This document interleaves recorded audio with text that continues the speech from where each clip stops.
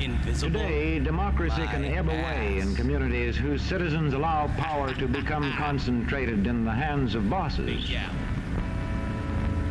What I say goes, see? I'm the law around here.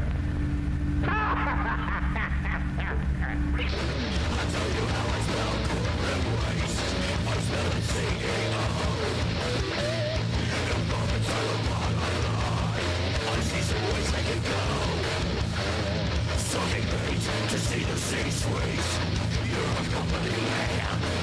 Blowing my season as an enemy's acquisition. Calling that you over to assume the position. Desperately voice waiting for prosperity. They're desperate for a taste, so they show their respect to the man with his check. Even though the fucker is just corporate waste.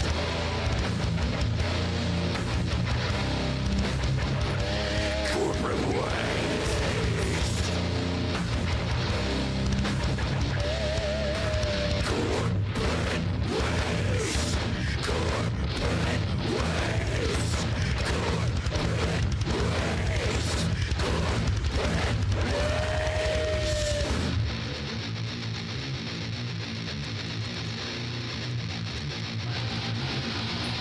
Get angry!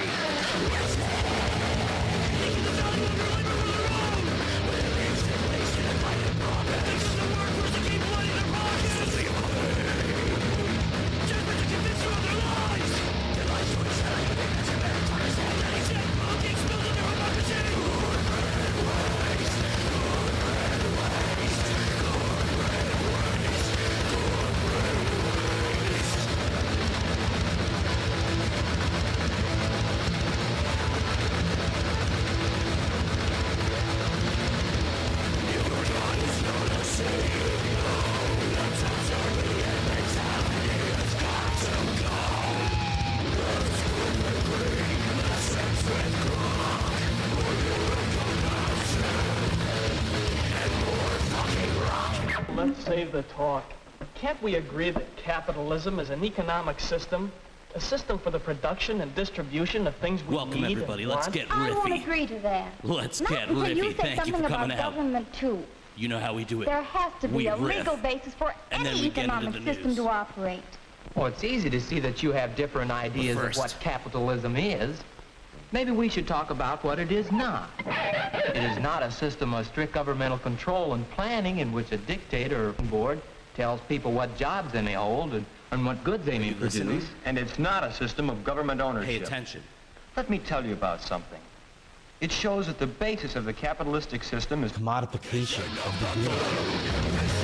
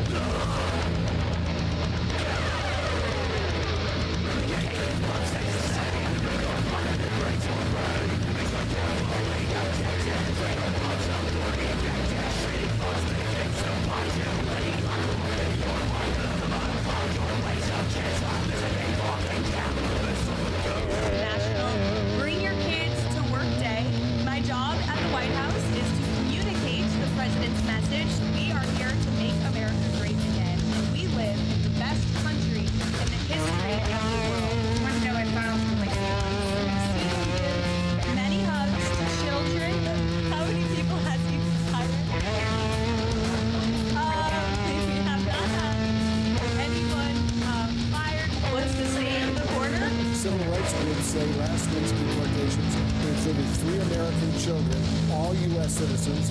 One of them is battling cancer. Parenting 101.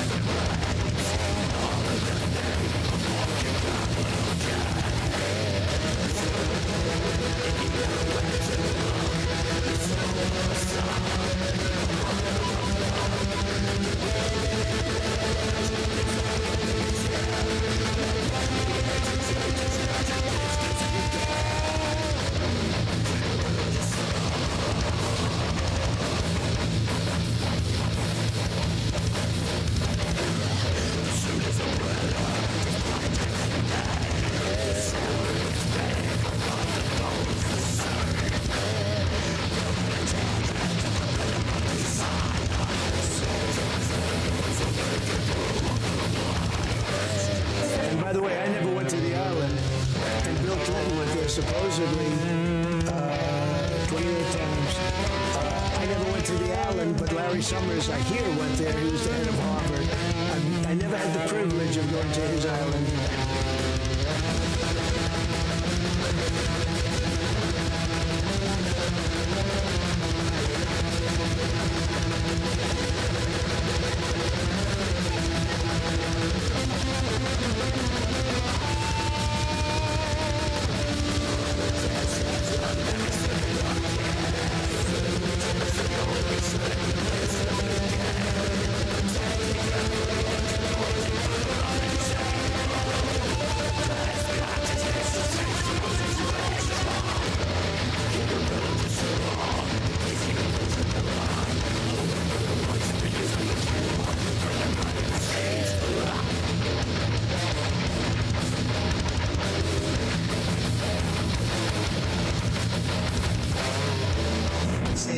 Transgender insanity. All the Republicans don't want to give it up. Transgender for everybody. Men out of women's sports. Men playing in women's sports. Can you imagine men playing in women's sports? Or men having the right to play in women's sports? Transgender for everyone. I always say transgender because for everyone. You're going to hate this. Allow men to play in women's sports.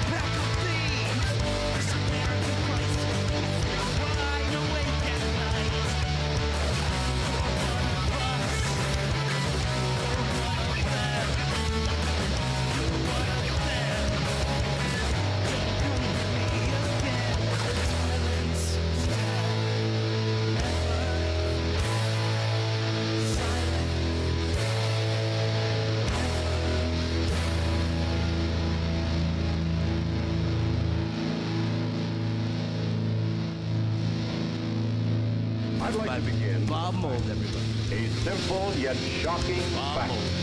It is this. Punk legend. Look A like flood tide of filth is engulfing our country in the form of newsstand obsession.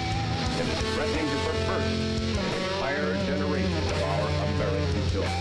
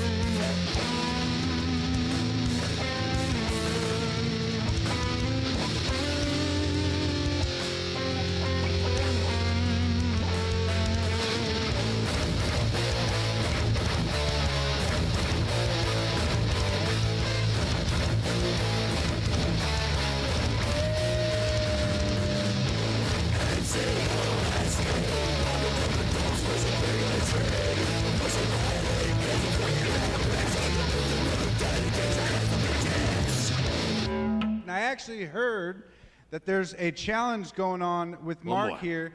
So there's this guy. Hellion.Vision. Where is he? He's a musician. He's a cool guy. He's God's design for sexuality. Fuck you, Mark Fitzpatrick. Eat shit, baby.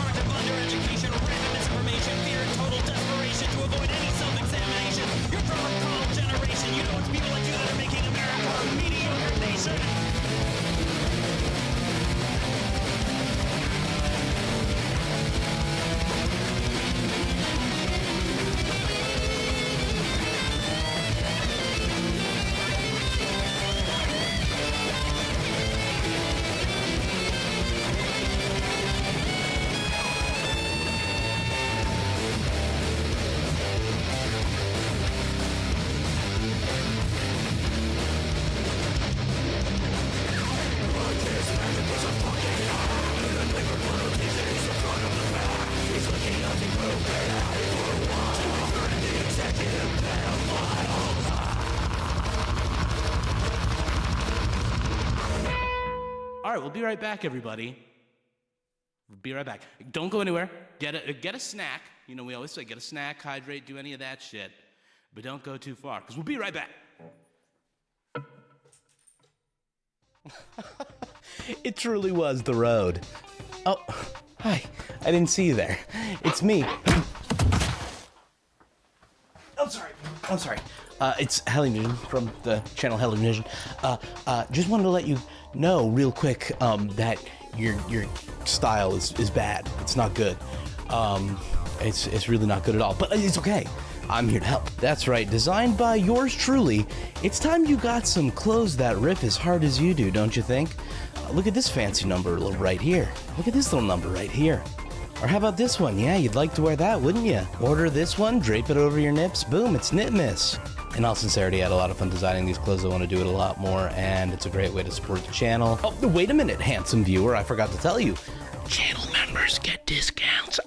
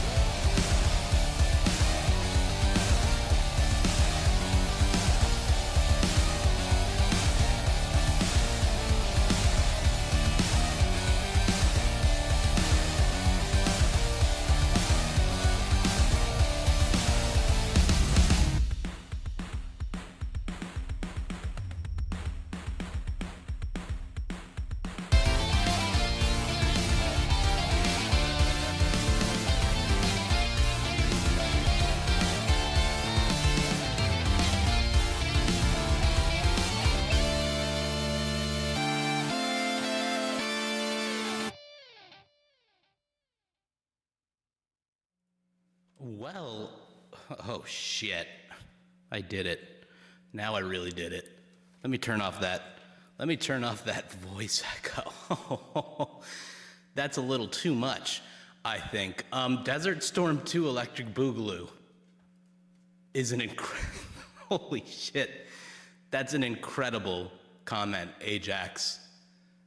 And I thank you. Thank you for saying that. That's, holy shit, that's amazing. Anyway, let me turn off this echo, and I will I will be back without an echo on. It will take me a half a second, but I'm still gonna put music on for you guys because I'm not some sort of sicko, okay? That would be disgusting of me. So here you go. I'll be right back.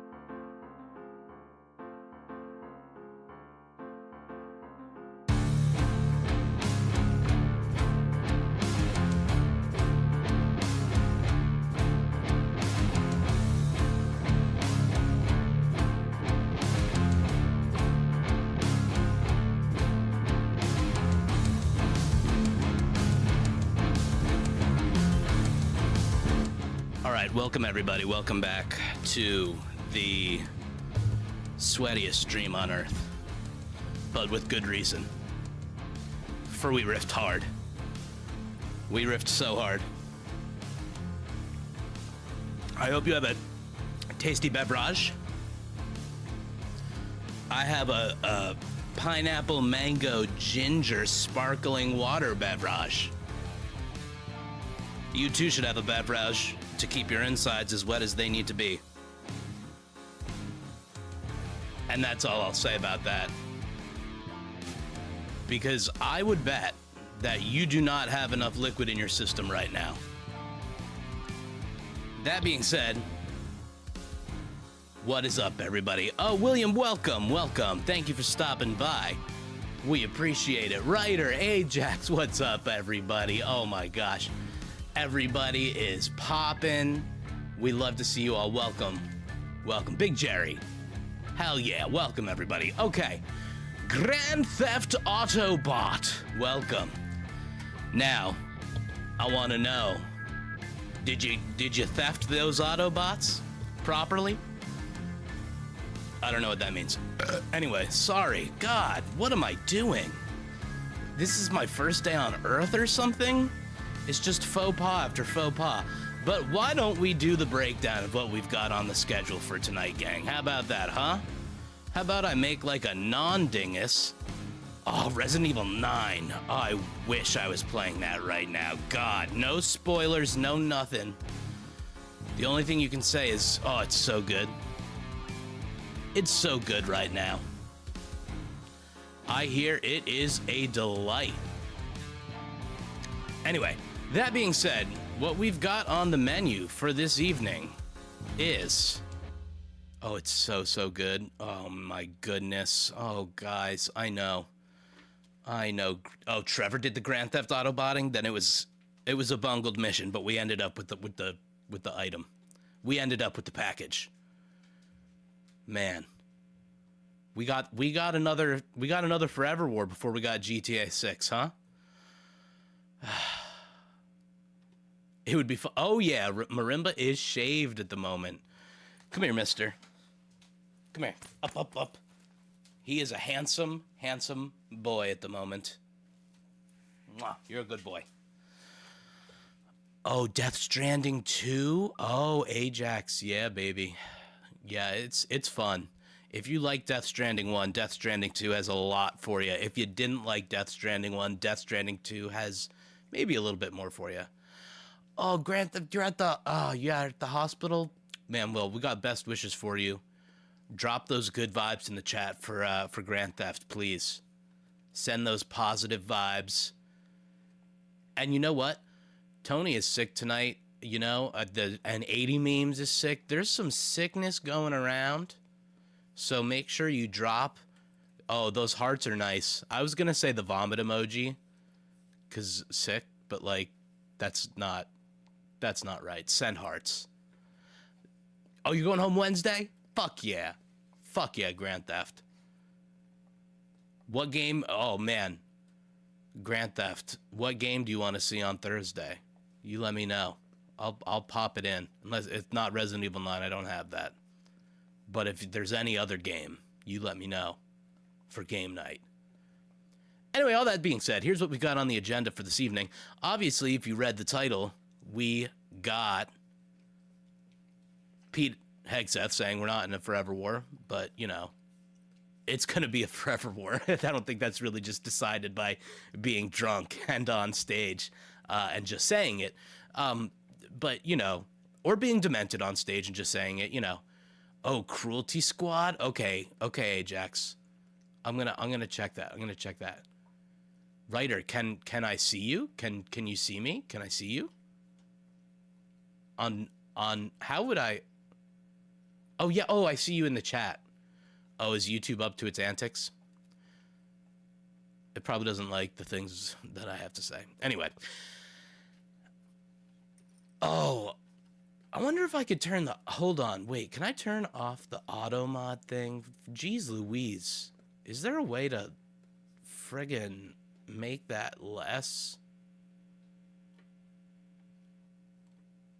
Hold on. I don't know. Not that I can see here. All right, get those meds. Get those meds, writer. Or Grand Theft. I'm sorry. Oh, you have a cat bottom in your face. All right. Y'all are getting me off the game here. You're getting me off the prize. Let's talk about what we're going over tonight. Oh, writer suggests Autobot that you tell the nurse about cloacas. I hope they're not in the room with the volume on really loud and we're talking about the cult of cloaca that's been established here by my loving wife. And you guys make her proud. You guys make her proud with the amount of cloaca talk that goes on. And claspers now have been brought into the mix, but you know. Anyway, all that aside, here's what we've got on the menu for tonight. Pete Hegseth, the Forever War thing. I said that, right? Okay? But I got a lot of funny shit. I got a lot of weird shit for you guys, too. Okay? Windows banned the word microslop on their Discord, and there was a little bit of a tech nerd backlash. It was a good time. We're going to talk about that a little bit, obviously. Because anytime the tech lords try to do anything, no cloacas. Oh, no. Sorry, GTA. We also got, there was a penis costume wearing protester from the No Kings protests who may be facing prison time for wearing their penis costume. So, yeah, microslop is sad. I mean, like, how could we not read that story, Ajax, right? I mean, it's just a good time, especially since Bill Gates is such a Epstein loving freak. So, you know, why not rub a little salt in the wound? Now, the other thing I have, beyond the other things that I've found, does anybody know what Chicago sanitation is? I'm not talking about the trash removal sanitation municipality services of the actual Chicago. I am talking about, hello buddy, I am talking about some website that I just learned about, and I'm gonna share it with you as we have waited and made our way through some of the weirder corners of the interweb. So we shall be doing that again tonight. We also have, I mean, I've got a cop who just got into skydiving fraud. Did you know you could do that? You can. Cops find a way. Skydiving fraud indeed.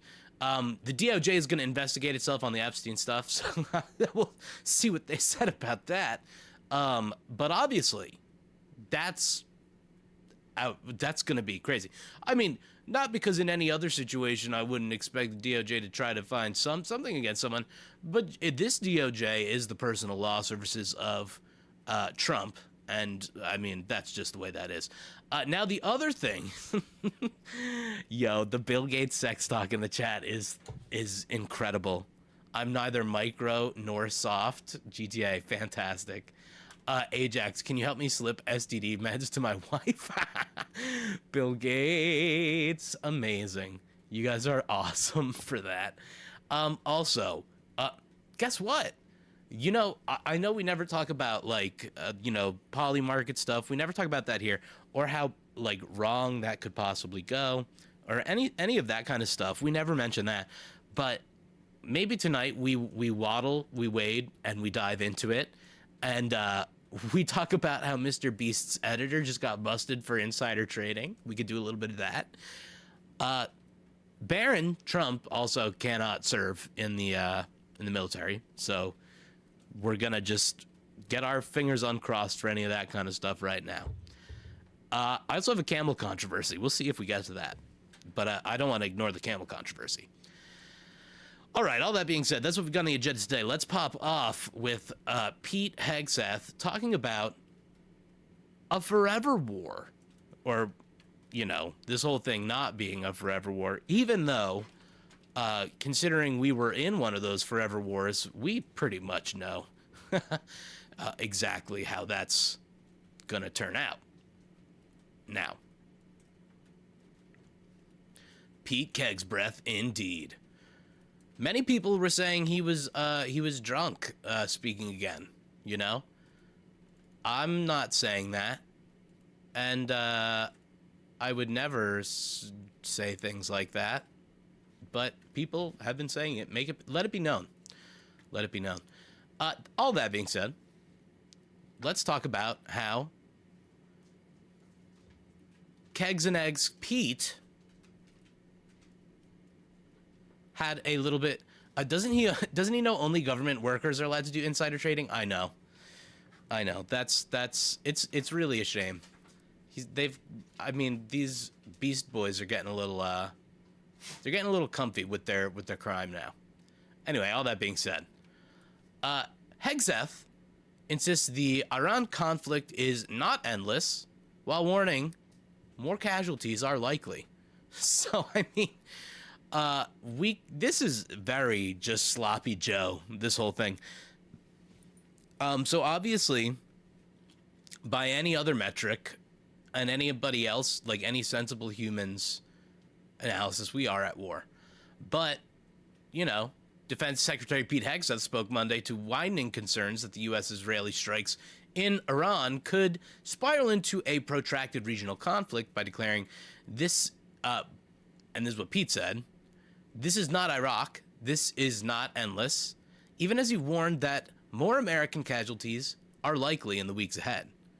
Now, that's kind of an insane thing to say.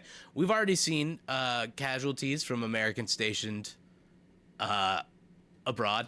Yeah, he thinks forever wars is a literal term, Ajax. Exactly. Like, I think when they hear the term forever war, they're like, what is this radical terminology? No, this is a war that lasts forever. That's so silly. It's like, yeah, we understand that you could completely obliterate an entire place.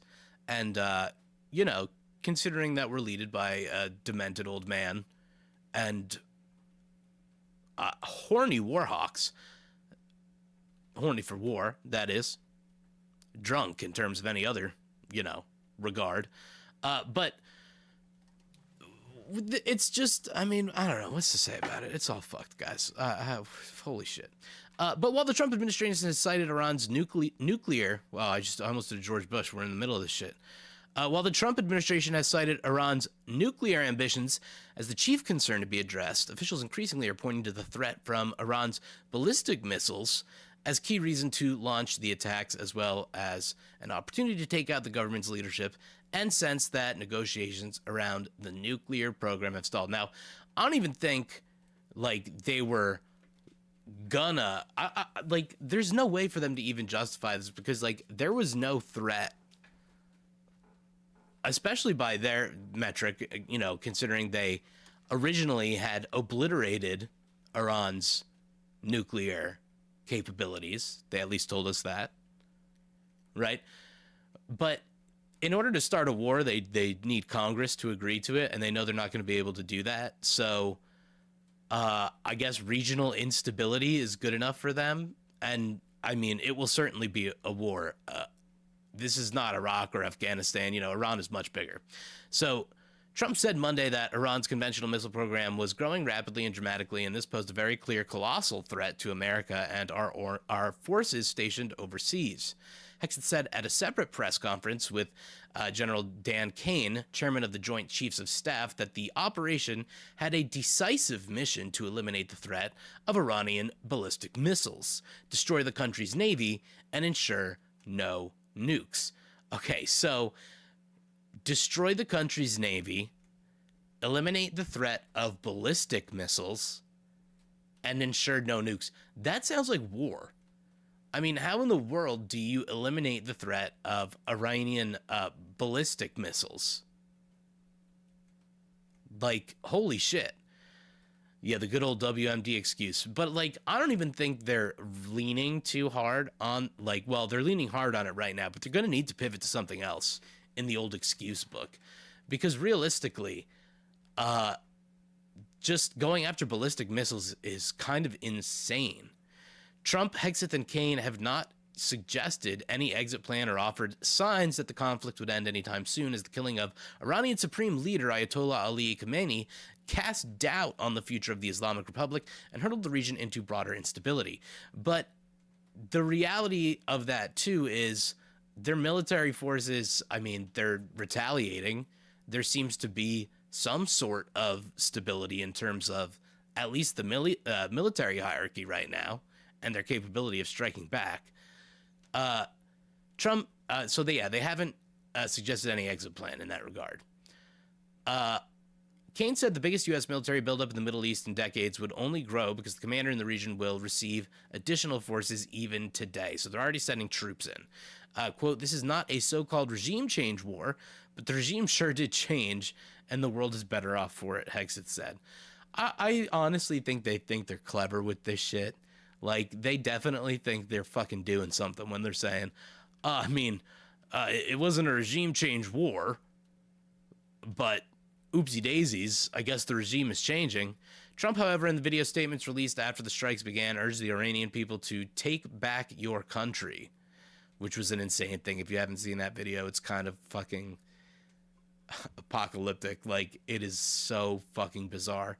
The conflict has spilled into the wider region, with Iran and its allied armed groups launching missiles at Israel, Arab states, and U.S. military targets in the Middle East. The other thing too is,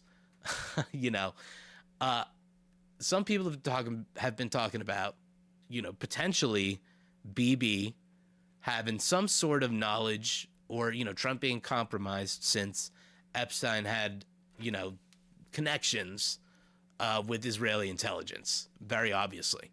So people are wondering that if this is potentially, really headstrong push from Bibi, when he knows his time is very limited in terms of what he can do in the region with America's support, as Trump is, losing the support of Americans, and the next person in office, who knows.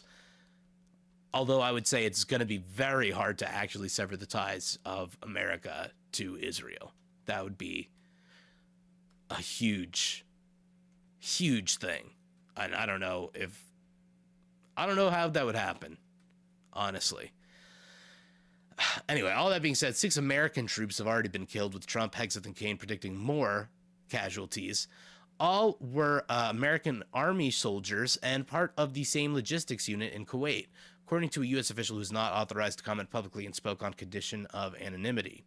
When asked about the 6 deaths Monday, Hexet said an Iranian weapon made it past Allied air defenses, and in that particular case, happened to hit a tactical operations center that was fortified. 18 American service members have also been seriously wounded, said Captain Tim Hawkins, a spokesman for the U.S. Central Command. Now, make no mistake, all of this is like second to the so many children who got killed in the U.S. and Israeli strike on Iran, wiping out it was 100 kids in a school or something like that, a girls' school. And people say, there could be connections to a deeper strategy there in wiping out, people who could potentially repopulate and make, more new generations of people there. It's an ethnic cleansing. Attempts at something like that. The latest sign of the escalating upheaval came when the U.S. military said ally Kuwait mistakenly shot down 3 American fighter jets during a combat mission as Iranian aircraft, ballistic missiles, and drones were attacking U.S. Central Command. Said all 6 pilots ejected safely from the American F-15E Strike Eagles and were in stable condition. So, mistakenly shot down, you know, obviously in quotes, I fucking don't believe that at all. I think they would like us to think that the ability of Iran to strike back is way less than it is. Yeah, good old conservatoid, fear-mongering, doublespeak, GTA, 100%. You cannot get any honesty out of this administration. And so that's when they say, ask if there are boots on the ground now in Iran. Hegseth said, no, but we're not going to go into the exercise of what we will or will not do, which is a way to say, yes, we're going to be doing that. He said it was foolish to expect U.S. officials to say publicly, here's exactly how far we'll go. And they'll go all the fucking way. Trump told the New York Post on Monday that he wasn't ruling out U.S. forces in Iran if they were necessary. He noted, I don't have the yips with respect to boots on the ground. Yeah, Ajax, they're definitely going to be sending in the AI death bots. I wouldn't be surprised if some of this starts looking like actual fucking Terminator 2 footage.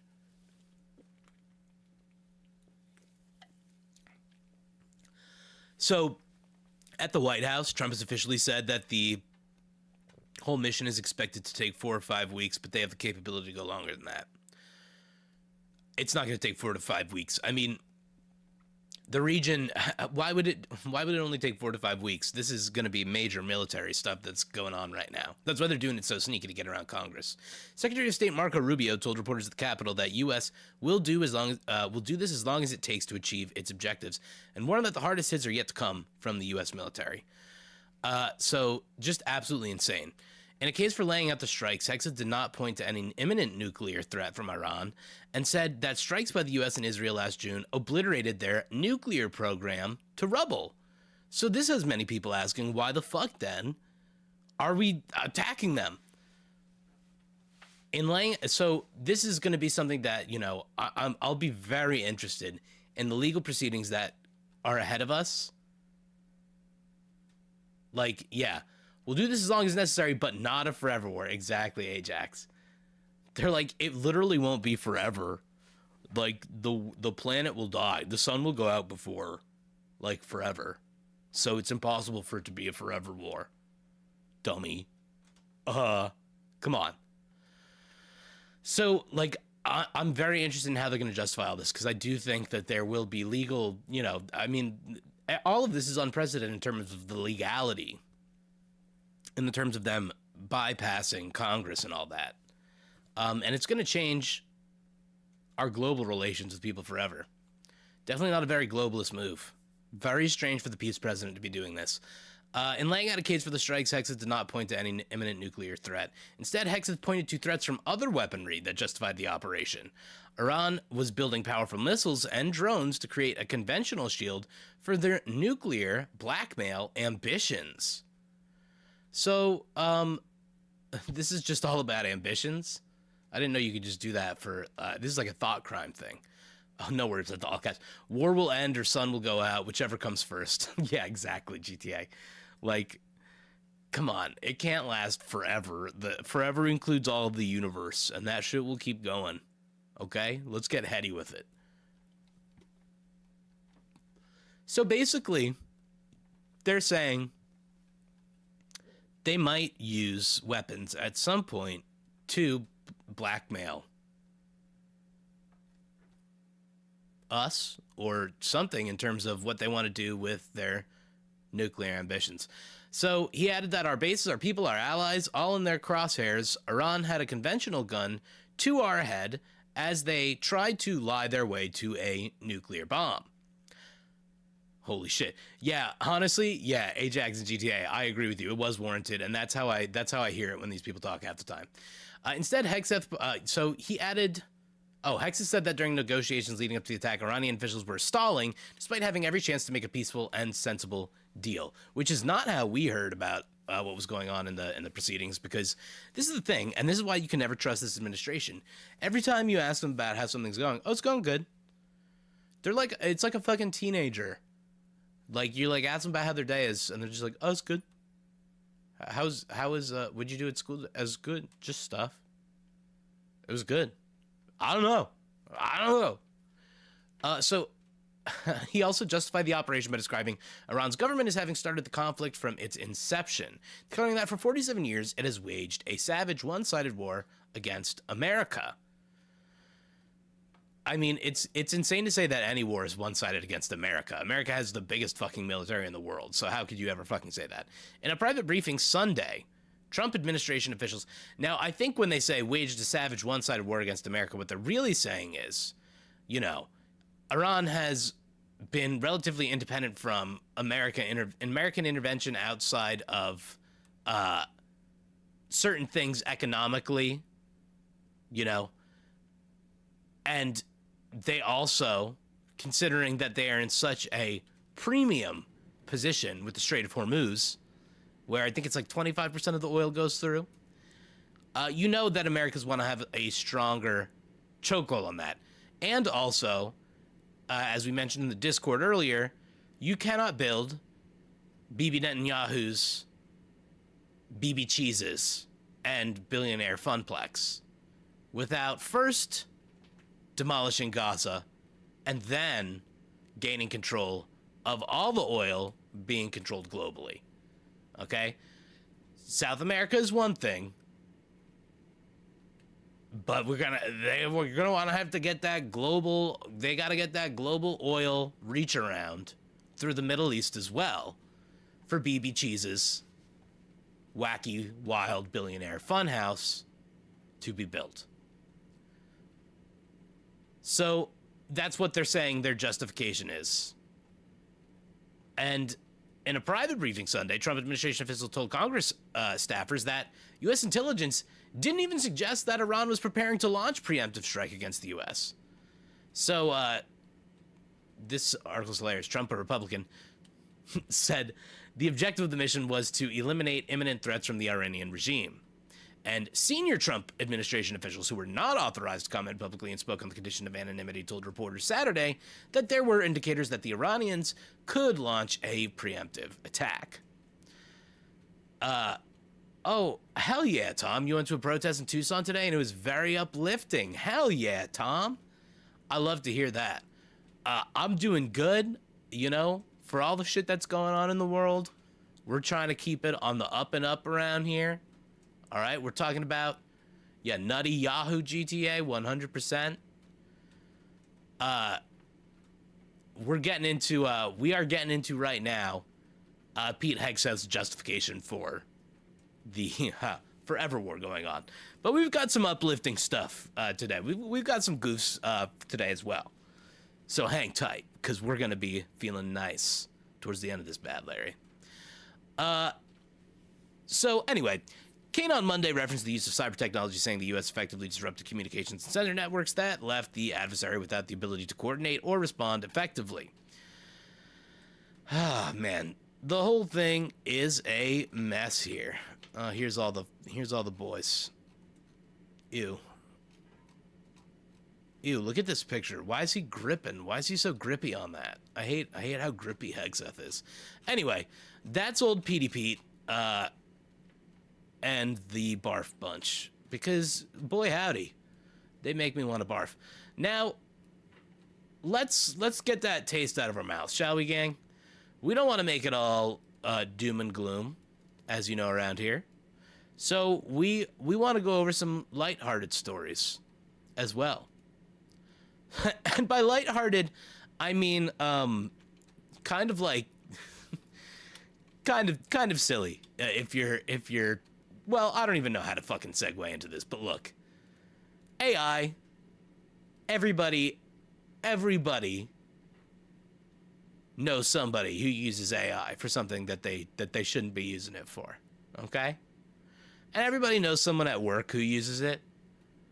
because you'll read their email and they'll say some AI coded shit. You know, they'll throw a fucking they'll throw an M dash in there, and you'll be like, I know you don't use an M dash. You know what a fucking M dash is. Sometimes they'll fucking they'll say like, you know, the problem with our profits is not this, it's that. And I'll be like, well, I know that you're writing with AI. You're skipping some steps there, right? And everybody knows that happens. But there's not everybody who you want to hear it from. There's certain people you want to stay away from it. And that's why the head honcho, the big cheese of the old Jeebus Christ religion, is telling everybody, is telling priests, please stop using AI to write sermons. Now you'd think a priest is just struck with this shit. Like going into your sermon. I mean, look, I get it, right? You're not inspired every day. You're not feeling up to it every single day. Some days you go into work, you don't want to write that big long email because you're like, I got to use a lot of commas.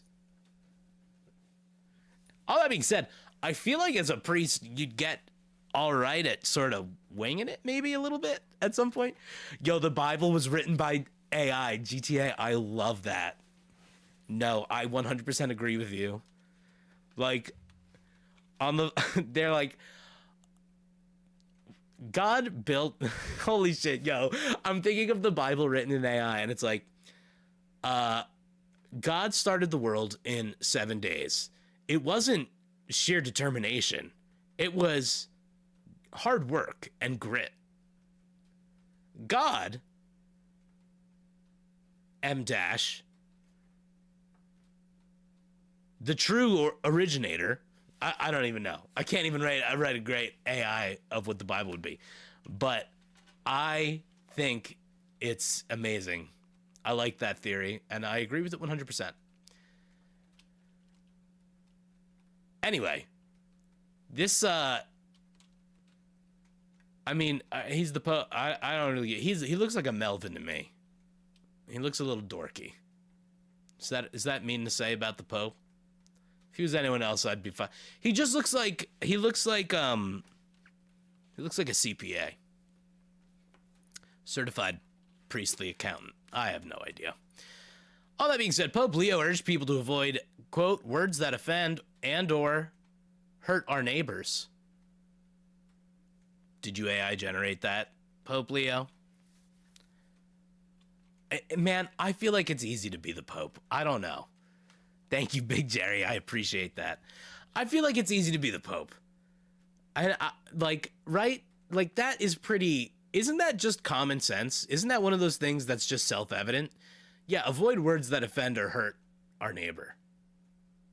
That should be like... So I guess some people need to go and get it told to them.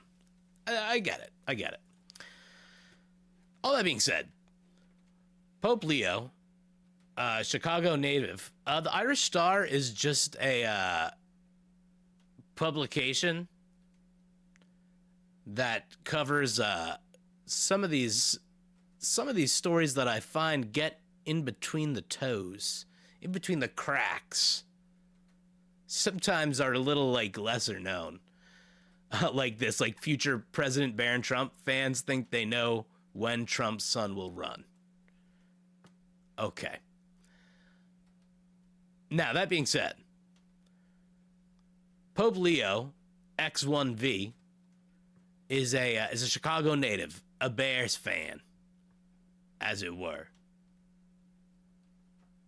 And he delivered a chilling warning about letting AI write sermons and spending too much time online worrying about likes on social media. Holy shit, priests, they're just like us.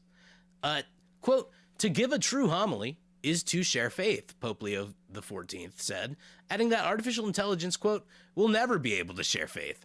See, I mean, like, these things are just so, I feel like, self-evident, of course. But yeah, like, you do think that somebody who's like given a sermon would be like, well, these are my thoughts on this thing. Because isn't that what it is? That's the part of church where they like say stuff to you. That's like they stop reading from the book and they come down and they're like, all right, let me rap with you real quick. Let me get on the level with you, kids. Prayer GPT coming soon. Yes, GTA. That's so funny.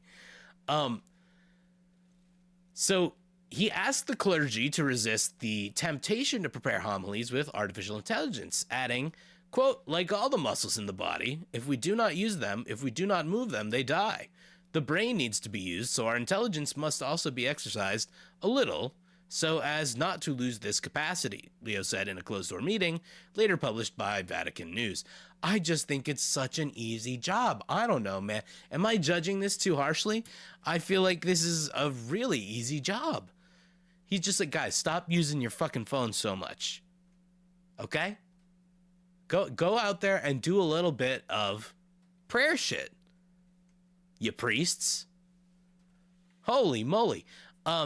So he's like, I guess, you know, some people write the homilies, write whatever. No, just do some brain games on the DS, you know? That's a really good way to keep the mind sharp. But he continued to say that seeking, quote, illusion on the internet, on TikTok, can't replace an authentic spiritual connection. So he's telling these guys, yo, stop using your phone. You're using too much TikTok, and too many of you guys are doing the whole prayer influencer thing, which I guess is a thing. Say the obvious. Yeah, Ajax, exactly. Thank you. I feel like the Pope's job is to say the obvious and sit on the Vatican gold all day. You said, yes, you worded that exactly how it was in my mind. The Pope's warning comes with the Vatican's debut of a translation system powered by AI that will translate liturgical celebrations in St. Peter's Basilica in real time in up to 60 languages. Now, look, I think that's a good, a fine use of AI. Like, for church, that's not my first thing that I'd want to be, but whatever. You're allowed to do that. But it's just so funny to have that sentence right after this whole thing. Stop using AI. That said, our new AI translation thing is coming out. However, Pope Leo XIV also pushed the importance of learning and studying to counteract over-reliance on AI. Study in our life must be permanent and continuous. When I hear someone tell me this is true, a priest told me this, I have not opened a book since I left the seminary. My goodness, I thought how sad the Pope stressed. Anyway, that's a fine thing to say. A little over a week ago, Pope Leo XIV opened the church's penitential community building and stand in solidarity with the working class. Yeah, that's the way to do it. No TikTok, more pricky prayer. Wait, pricky prayer. Leo revived the traditional prayer and procession that Pope Francis. Anyway, yeah. Oh, who cares? All right. So anyway, I just thought it was funny. Why are that they're using AI to write their fucking sermons? It's nobody above this shit. Holy moly. Anyway, you really think that the that those of the faith, you've devoted your whole life to being a priest. Why are you then using AI to do your thing? I don't know. It doesn't make sense to me. But look, let's go on to some other news, some more pressing news. Now, a lot of people, when it said, why don't these? Oh, do we have any cat stories? Tom, we don't have a cat story, but we have a camel story. All right, I'll bring us over the hump with a camel story coming up next. So. The world basically, when Trump started this war, concerns started arising about a potential draft possibility. All right. Now, do I think that'll happen? I don't think that'll happen. Because, again, you need congressional approval to actually do that, and that would be tough to get. especially without Congress signing off on a war. So I don't really know how all this works. But look, people then said, logically, once they heard that Trump was starting a war, well, why don't you send your kids to war? If you're going to send us to fight the pedo Epstein war of 2026, why don't you send your kids? Well, as it turns out, just like old Donnie Bobani, there might be a medical exemption for Barron Trump. And as the world is saying, oh my God, please, outrage erupts as Barron Trump could avoid military service with an odd technical loophole as this conflict is escalating. Yeah, like father, like son, are bone spurs hereditary? Yeah, so the whole thing about the bone spurs is, I don't even know if he has those bone spurs. We'll have to see some images. Because that was just a favor. From what we've heard from some insiders, that's just a favor to get out of it. But look, this is critics. This is what's going on with what people are saying about this. Critics want Barron Trump on the front lines of the U.S.-Israeli conflict with Iran, but that's unlikely that he will ever lace up boots for combat, and not just because he's, the baby of a demon. Unlike his dad, Donald Trump, Barron might actually have his genetics to blame, or to thank for keeping him off the battlefield. The president of peace confirmed that soldiers have made the ultimate sacrifice for our nation during the onset of the righteous mission named Operation Epic Fury. Which, holy shit. Oh man. He does look like Trump mixed with, he looks like Trump mixed with Edward Cullen Ajax. You're right, a little bit. That's haunting. Yo, look at this man's, come on. Anyway. We're going to have to talk about how he's orange. We've talked about that before, but just when the hair comes up, it's wild. At least 4 casualties were publicized on March 1st when Trump addressed the nation in a recorded video. His cold remarks that, quote, sadly, there will likely be more before it ends. That's the way it is. Likely be more. Until all of our objectives are achieved. And as we just said in our last story, not a forever war, right? But, it will take as many kids as we need. And these guys, they know a thing or two about sacrificing kids. So let's just fucking be real. Holy shit. So, quote, I hope Barron Trump is signing, this is what people are saying in response to Trump being such a craven bastard. Quote, I hope Barron Trump is signing up for the military Monday morning. It's his dad's war, reads a tweet. Someone else asked, did Trump happen to mention which of the armed services his son Barron had signed up to serve in? Quote, for thee, but not for me. Quote, hashtag. From the outrage, hashtag send Barron was born. Holy shit. A whole social media movement of AI photos of the young man dressed in military camouflage fatigues and discourse about his belonging in the Middle East conflict. I can't believe this is what we are using our drinking water on. Anyway, the glee from trolls mocking the New York University student. Dude, he goes to NYU. I didn't even know that. That's like insane. Can you imagine? Imagine going to school with him. That must be demonic. From the outrage, hashtag send Barron was born, a social media movement of AI photos of the young man dressed in military camouflage. The glee from trolls mocking the New York University student also included reactions like, quote, Barron Trump won't be enlisted. He has genetically inherited bone spurs. Hey! Ajax, GTA, was that you? Were you in this? Are they quoting you, GTA? Another read, OMG, please send Barron.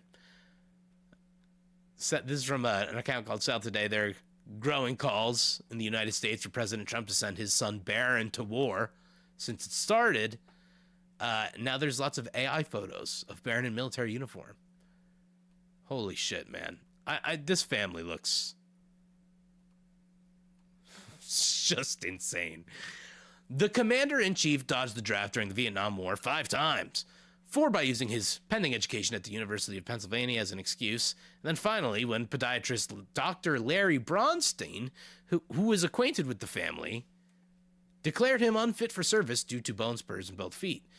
Now, years later, the doctor's daughters said the diagnosis was a favor, and Trump's former lawyer, Michael Cohen, testified that the injury was a lie to avoid the possibility of being drafted. The Republican once admitted, quote, "I was never a fan of that war," and referred to it as a terrible war, resulting in too many deaths.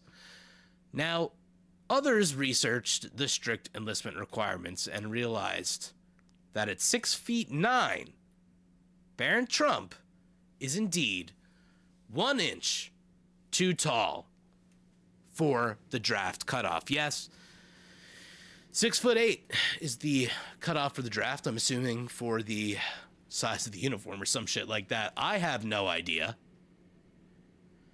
But 6'8" is the limit. Kermit, welcome. Oh, you were just yelling at the maggots? Good. Good. No, we need you on all fronts. Come on now. But we're talking about how Barron can't be drafted because he's 1 inch above the cutoff for the height. Where did he get his height from? Epstein? Oh, man. Dude, that's not a bad hypothesis. Holy shit. It's so true. If he didn't look just like absolutely like Donald Trump in the face, which, how unfortunate. But he kind of looks incredibly Trumpian to me. He's definitely got that genetic material in him. So yeah, he's 6'9", and the cutoff is 6'8". Reaction reads, "Damn it, I just found out Barron is too small to send to Iran. Who knew that was even a thing? You can't be over 6'8", and Damien is 6'9". Can we use him in the kitchen?" And an individual who found the upside to Barron towering over colleagues remarked, quote, "That's the guy who was standing beside me in combat. I'm a lot shorter, so I'm confident he'll be targeted first. First rule of combat survival. If you're short, fight next to the big tall guy." Oh, what? Wait. Barron Trump bone spurs. I'm pretty sure those are chicken feet. That got me confused for a second. Holy shit. Oh, you think Barron was engineered in the island's labs? Probably. Oh God, the island's labs, man. Oh, I don't want to know what kind of fucking billionaire bukkake pot of fucking genetic disgust they have at that place. God damn. Oh, I'm gonna make myself fucking vomit. According to one person, Barron wouldn't have to be the only offspring to enlist. His one daughter is around 33, and Barron is around 20, so basically you have two young, healthy individuals that are able to serve in the military, an IG Threads user wrote, referring to Tiffany Trump, who is 32. A second person noted Kai Trump also fits the bill, and that person wrote, quote, "He has an 18-year-old granddaughter that could enlist. She's in college. She used our White House as a backdrop for advertising the clothing line she is selling. She could profit from us. She could join in the defense of her country." Is Barron Cell Kermit? Incredible question. He may just be. Oh, I'd rather be on Dead Island than Epstein Island? Absolutely, GTA. Dead Island's a fucking great game. The original? So good. Never played the sequel, but the original I used to spend hours on. In rare instances, waivers have allowed older people and those with minor medical issues to join the forces, so Barron could, in the most unrealistic scenarios, find his way into the military. For decades, the U.S. has had an all-volunteer military, meaning service of choice. So when Trump was Barron's age, the country still had a draft during the Vietnam War. But now we don't have that anymore, obviously. So, yeah, Barron Trump won't be going to war. I hate to be the guy who tells you that, you know, if you had any hope of any of Trump's children going to war, that was foolish of you to think that that would happen in the first place. But we are here to remind you that that will definitely not be happening. Now, all that being said, and speaking of, oh, you know what? We got to do camels. Tom asked for a cat story, and I don't have a cat story. I don't. But I have a camel story, and we're going to do a camel story right now, okay? A camel controversy, as it were. And it's going to go down like this, gang. Let's just get right into it, because camel competition is no joke. The 2026 Camel Beauty Show Festival has been rocked by controversy. 20 camels have been disqualified from competition after Botox and fillers have been detected. Now, if you're the kind of sick fuck who puts Botox and fillers in your camel. I got nothing for you. I hate that.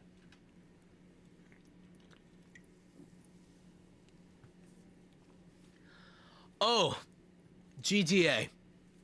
Mod Dead Island to Epstein Island. Instead of zombies, Epsteins and Ghislaines are attacking you. Dear God. All the billionaires. It could be anybody who's in the files. Holy shit. Ajax, yes, this is worse than the stone skipping scandal, I'm afraid. We are no strangers to competitive scandals on this channel. Okay? The rare times we dive into sports, it's because somebody cheated at stone skipping. But today, it's camel controversy that rocks us. Because what was meant to be a celebration of tradition and prized pedigree turned controversial at the 2026 Camel Beauty Show Festival at Al Musana, Oman, after 20 camels were disqualified for cosmetic enhancements. That's right. Talking camel BBLs. Okay? Holy shit. Yes, it absolutely is. Veterinary inspectors discovered that several contestants had been altered with substances more commonly associated with cosmetic clinics than desert showgrounds. Hyaluronic acid injections were importantly used to plump lips. Dermal fillers and silicones were applied to refine nasal profiles, and Botox softened facial features, which is just crazy. Some camels were given hormones to enhance muscle tone, while silicone wax was used to inflate humps. Organizers operating under Organizers operating under the Camel Club and Oman Camel Racing Federation issued a firm response saying, quote, "We are keen to halt all acts of tampering and deception in the beautification of camels." They stated, adding that strict penalties on manipulators would follow. So, camel beauty contestants in Oman are serious cultural events, not novelty spectacles. No, this is not camel racing. This is camel beauty. Camel beauty contestants in Oman are serious cultural events, not novel spectacles. Judges evaluate animals in 4 main categories: coat, neck, head, and hump. A winning camel is expected. Oh, camel racing is a thing. Yes, indeed. A winning camel is expected to have a shining, well-defined hair and a long, wide neck, a large head with pendulous lips, and long eyelashes, and a shapely hump carried with strong posture. Victory brings prestige, breeding opportunities, in some cases, substantial financial rewards. Now, this is why we shouldn't even be having these fucking things. Yeah, camel beauty, keep Trump out of the dressing rooms. Holy shit, GTA. 100%. Now, this is not the first of its kind in the Gulf region. In 2018, Saudi Arabia's king Abdulaziz Camel Festival disqualified dozens of camels for cosmetic tampering. Insane. So anyway, that's just a short little article about this camel thing. I wonder, grab them by the knuckle, Kermit, is one of the funniest things I've ever heard. You know, I would assume, you know, any animal's too intelligent for this, Tom, right? Like, you know, camels, I feel like they're probably pretty intelligent. They've been around, right? I don't know how we determine it. But yeah, everybody, kudos to Kermit for grabbing by the knuckle. That is a moose knuckle reference. Just is so pleasant. Is so pleasant in this day and age. What a fun thing. We love that. So look, a lot of speaking of grabbing by the knuckle and all, and this kind of fucking reference to some of the worst people in the world. Let's talk about how the DOJ is going to be reviewing and investigating the handling of the Epstein files. That's probably going to go great. That's probably going to clear this all right up. So the Justice Department says it's reviewing whether any Epstein-related records were mistakenly withheld.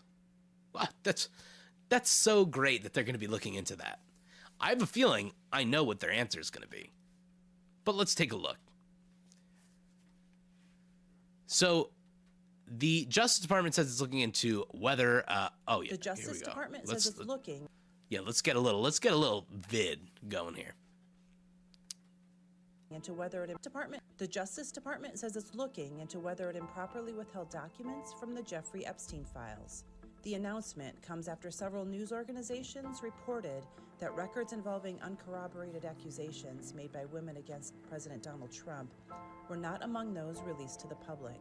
The unidentified woman came forward after Epstein's 2019 arrest and claimed to have been sexually assaulted by both Trump and Epstein when she was a minor in the 1980s. News reports from recent days say the accuser was interviewed by the FBI 4 times as it sought to assess her account, but a summary of only one of those interviews was included in the publicly released files. The Justice Department has said that the FBI received many, quote, untrue and sensationalist claims about Trump that are not included in the files. The top Democrat on the House Oversight Committee, Representative Robert Garcia of California, said both Republican and Democratic administrations, quote, have failed survivors in not getting more information out to the public.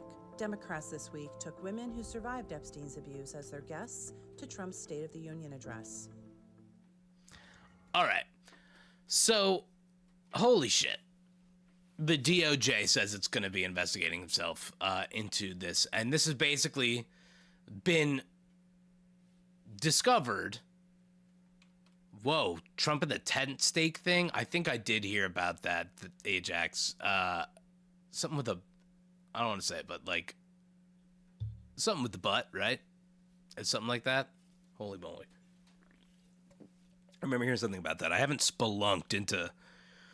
I was just watching a video last night about some of the stuff, and I was like, oh, I gotta take a break. You know? This is what's, I think, so interesting about this case, too, is just how gripping it is to everybody, just because it is so heinous, and basically everybody agrees that this is the worst shit fucking ever. Some of the photos I've seen with the pedophile formerly known as Prince Andrew,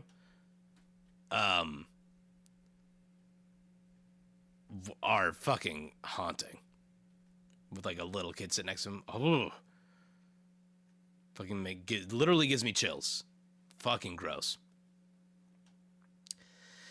Anyway, the Justice Department said Wednesday that it was looking into whether it had improperly withheld documents from the Jeffrey Epstein files after several news organizations reported that some records involving uncorroborated accusations made by a woman against President Donald Trump were not among those released to the public. So the announcement followed news reports saying that a massive tranche of records released by the Justice Department did not include several summaries of interviews that the FBI conducted with an unidentified woman who came forward after Epstein's 2019 arrest and claimed to have been sexually assaulted by both Trump and Epstein while she was a minor in the 1980s. So, the Prince formerly known, thank you, Kermit. That's what I was looking for at the speed of. The Prince formerly known as Andrew. But I got a little confused with it. But that's perfect. So basically, somebody who has more recently been interviewed has noticed that their interview is not within the documents that have been released and has come forward and let many news outlets know about this. And now it's putting pressure on the DOJ. This is why it's great. We always have to keep talking about this, even though it's fucking haunting. And many things are being led to distract us from this, but we need to keep making a noise about it. And like, even as we're talking about other things, you know, so many things are related to this. So like, everyone is related to this. Everything is related to this. So many things are. So it's imperative that we keep diving into it and examining it. But several individuals and news outlets have recently flagged files related to documents produced by Ghislaine Maxwell in discovery of her criminal case that they claim appear to be missing. The Justice Department said in a post on X, quote, as well as with all documents that have been flagged by the public, the department is currently reviewing files within that category of the production. Maxwell, Epstein's longtime confidant, is serving a 20-year prison sentence on a sex trafficking conviction. Yes, Ajax, the super creepy picture, I think is the one I'm thinking of like Andrew with the kid. And it's fucking haunting. Oh yeah, Kermit, I remember when Martha Stewart spent time. Because, I'm from New Jersey, too. So, Martha Stewart's from New Jersey. So, all my boomer parents and relatives, they all talk about Martha Stewart. They all know. People know her that went to school with her. They say, a bit of a meanie bobini. But that's just the way it is. Yeah, she's Jersey. That's why she's so, anyway. Oh, a new creepy picture where his eyes are glowing red? I hate the, they might actually be demons. It's possible. They might be demons. We need They Might Be Giants to write a song about them called They Might Be Demons. So anyway, it said that if any document is found to have been improperly withheld and is responsive to the federally enacted law mandating the file's release, the department will, of course, publish it, consistent with the law. At issue is a series of interviews said to have been conducted in 2019 with a woman who made allegations against Trump who has consistently denied any wrongdoing in connection with Epstein, that being Trump, of course. News reports from recent days say the accuser was interviewed by the FBI 4 times as it sought to assess her account, but a summary of only one of those interviews was included in the publicly released files. Meaning, when she gave her testimony, her claims against Trump and Epstein, they likely left out the most salacious parts about Trump. We need to see what was said.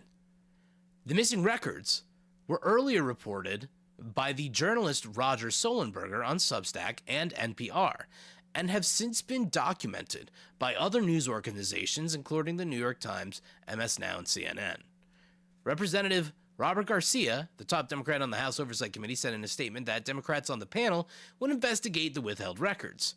He said that he had reviewed unredacted evidence logs and can confirm the DOJ appears to have illegally withheld FBI interviews with the accuser. Now, this might be an interesting smoking gun here. The Justice Department last month said it was releasing more than 3 million pages of records related to Epstein, who took his own life in a New York jail cell in 2019 while awaiting trial on sex trafficking charges.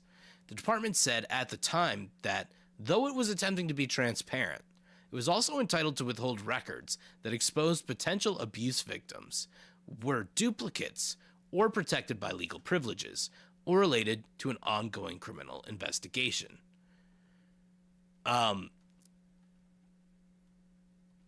Now, the other thing that kind of fascinates me about this whole thing is going to be how they respond. It seems like they can't get away with not releasing these files now, but it's hard to say that they, there's anything they can't get away with. They're getting away with everything right now. So some of the documents contain untrue and sensationalist claims against President Trump that were submitted to the FBI right before the 2020 election. To be clear, the claims are unfounded and false, and if they have a shred of credibility, they certainly would have been weaponized against President Trump already, which is a quote the department said from a, that was a quote that the department said in a statement last month as it released the records. So the DOJ is saying that, this is obviously untrue because it hasn't been used against Trump yet. So, we don't even need to look into it, you silly fucking goose. But we will. But it's probably just going to end up being the same shit, guys. Salacious, untrue shit.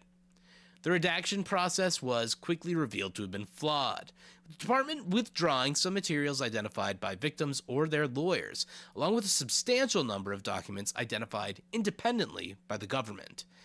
Lawyers for Epstein accusers told a New York judge this month that the lives of nearly 100 victims had been, quote, turned upside down by sloppy redactions in the government's latest release of records. The exposed materials include nude photos showing the faces of potential victims, as well as names, email addresses, and other identifying information that was either unredacted or not fully obscured. Other uncorroborated Your panther is staring at you. Yeah, oh, I love that. I love that for your cat. Do it, Kermit. Go that mobile route. Other uncorroborated claims against Trump and other public figures were included in the publicly available files. The department did not say in its social media post Wednesday why records related to this specific accusation might have been withheld. Now, this is fascinating. I saw this story and immediately, I mean, obviously, the funny part of it is that the DOJ is going to be investigating itself. Hilarious. But how will they find an excuse to release and redact this stuff or not release it? Because it's pretty evident now. There's somebody saying this stuff was not there. Their lawyers are saying that. You know? How can they possibly not release it without breaking the law? I don't know. We'll see what happens. I'm definitely going to be keeping an eye on that. But this is why it's so fascinating that the DOJ is the way it is now. Because in every other administration, the DOJ has acted pretty independently of the president, or at least that's been its role. I can't really think of a close association, as close of an association as we've had right now with this DOJ and this administration. Pam Bondi is fighting for the lives of pedophiles every day, bombing her own reputation, which is shit. She's just a demon. So it's really interesting to think of what they might do in this instance, and we'll see what happens. But I don't think it's going to be. I don't think we're going to see any justice from it, obviously, because this Department of Justice doesn't do justice. But speaking of justice, there are some people who face justice sometimes, and if you are an editor for Mr. Beast, you may just face justice. You may face your day in court. Because guess what? Polymarket trading, betting, gambling on everything might seem like a fun idea, but ultimately it just exists to let people take advantage of you. And I mean, how do you even stop the problem of insider trading? I don't know. But Kalshi has revealed that insider trading case against a editor for Mr. Beast. Ajax, silly editor, insider trading is for senators. 100%. You're right on the money. Yes, and an interesting, and again, Kalshi is owned by Donald Trump's son. He's one of the owners. I think Eric. Who knows? One of those fucking dorks is the owner of Kalshi. So, hilarious to really, be worried about fraud of any sort. But Kalshi has revealed that insider trading has happened, and it was done by the editor for Mr. Beast. So here's James Bleeps, as we've seen him and know him. That's Jim Donaldson, I think is what he goes by, in the Middle East at his theme park in Saudi Arabia. Anyway, an editor who works for YouTube's biggest creator, Mr. Beast, has been suspended from the prediction market platform Kalshi and reported to federal regulators for insider trading. Kalshi officials said that on Wednesday. It's the first time the company has publicly revealed the results of an investigation into market manipulation on the popular app. Oh, Beast. Yeah, I thought you said Weast. The Mr. Beast employee, who Kalshi identified as Artem Kaptur in regulatory filings, traded around $4,000 on markets related to the streamer, the company said. Kalshi investigators discovered that Kaptur had nearly perfect trading success on bets about the YouTuber's videos with low odds, making the wagers appear suspicious, according to company officials. That's just insane. So, I mean, really, you could be a part of any industry and be a part of insider trading if you just, if anything is up to be gambled on. How do you stop this sort of thing? how do you regulate this sort of shit? Like, what the fuck? Many people place wagers about Mr. Beast on Kalshi. People bet hundreds of thousands of dollars on what he will say in his next video. There are markets on the number of subscribers he will bring in this year, and people are betting on when exactly Mr. Beast will get married. Oh man, I shudder to think of the relationship that a Beast relationship would be. You know what I shudder to think of? I shudder to think of a Beast wedding. Holy shit.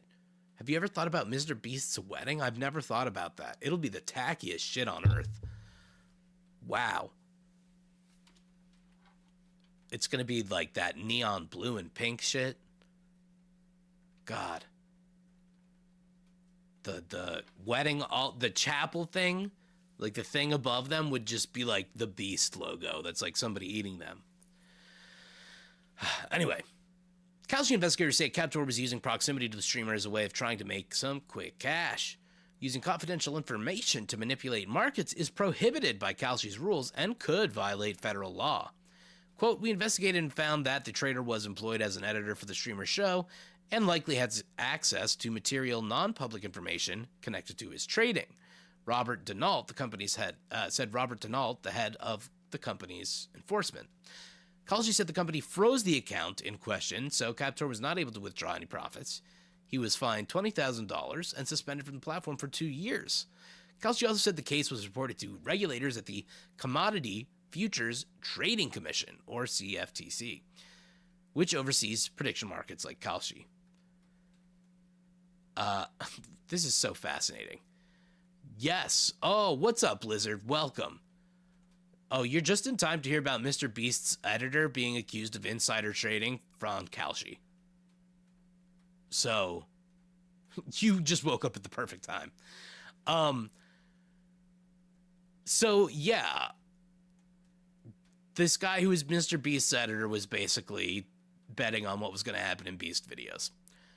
And a spokesman for Mr. Beast's Industries, or Beast Industries, not Mr. Beast Industries, Beast Industries, said it has no tolerance for insider trading. Quote, we have a long-standing policy in place against employees using proprietary company information in order to safeguard the highest standards and ethics throughout our organization, the spokesman told NPR. Crazy that this is coming from a YouTube, like, you know, this is still a YouTube guy. Holy shit. Oh, God. Ajax. Terrified of a Mr. Beast gender reveal party? Oh my God, I never, ever, ever considered that. Lizard, one thing we were talking about is like how awful a Mr. Beast wedding would be and how tacky that will be, but I didn't think of the absolute environmental devastation that a Mr. Beast, exactly, there goes the rainforest, that a Mr. Beast gender reveal would have on this earth. Holy shit. It would be like a Death Stranding style Void Out event. Okay? Yeah, there goes the atmosphere. Oh, man. A Beast gender reveal. That's hilarious, Ajax. The Mr. Beast related trades, quote, potentially violated federal laws against misusing confidential information to manipulate commodity markets, otherwise known as insider trading, from a recent statement from the CFTC. Yeah, Mr. Beast gender reveal sounds like a great way to teach the kids about gambling basics. You're 100% right. It would absolutely be on all the Kalshi headlines. It would be on every, like, ad that you get everywhere all the time now. Mr. Beast would reveal in the rainforest 100%. Burn it all down. This is the this is the biggest childbirth event ever. Oh, the Beast Hole. The new hole in the ozone is the Beast Hole, baby. The forbidden Beast Hole. That's fantastic. So Kalshi also unveiled a case against former longshot Republican candidate in the California governor race, Kyle Langford, who posted on X in May that he bet on himself to win the statewide contest, and he encouraged others to do the same. Holy shit, man. These guys got no problem fucking selling everything. While it appeared to be a social media stunt, it was also a violation of Kalshi's rules, and regulators said potentially a federal crime. I mean, like, how could it not be? In a legal notice made public Wednesday, officials at Kalshi said that as a candidate, Langford was a direct decision maker for the market on the state's governor race, prohibiting him from betting under internal guidelines against insider trading and market manipulation. And again, this is just how do you fucking actually regulate this stuff? Like, okay, this guy was dumb enough to fucking talk about it. So that's great, right? That's great. But not everybody's going to be that fucking dumb. Not everybody's going to be that fucking stupid. Some people are going to actually keep it to themselves and not reveal that they are the person doing that insider trading. So how in the world would you actually regulate this shit? It's impossible. Yeah. I challenge my friends to rip a hole in the ozone layer for a brand new Tesla. 100%. 100% Lizard. Oh, he would so sell his child's name. You're right.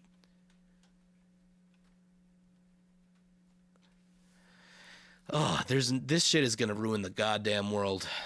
Aside from the other things that are ruining the world right now. But this is just going to ruin just get kids addicted to gambling on everything. That's basically what this is, right? This is a great way to just get people so addicted to gambling that they will never, ever be out of debt.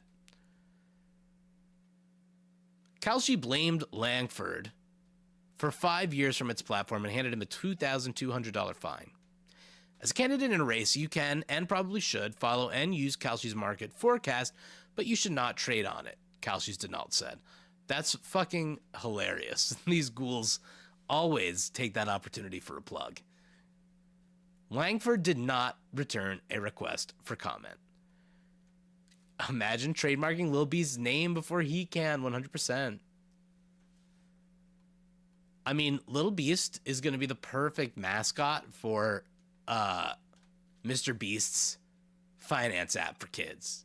So, really, he better get that kid going. He better get on it. He might be making a kid in a Beast lab sort of a thing. You know, like he's got the toys where they come out of the goo or something.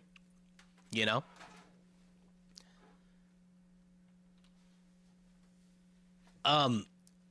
Mini Beast, but turns out to be 1 inch taller. Holy moly. That would put Beast right in his place. Yes, fuck Polymarket and Co-Ajax, 100%. You're right on the money.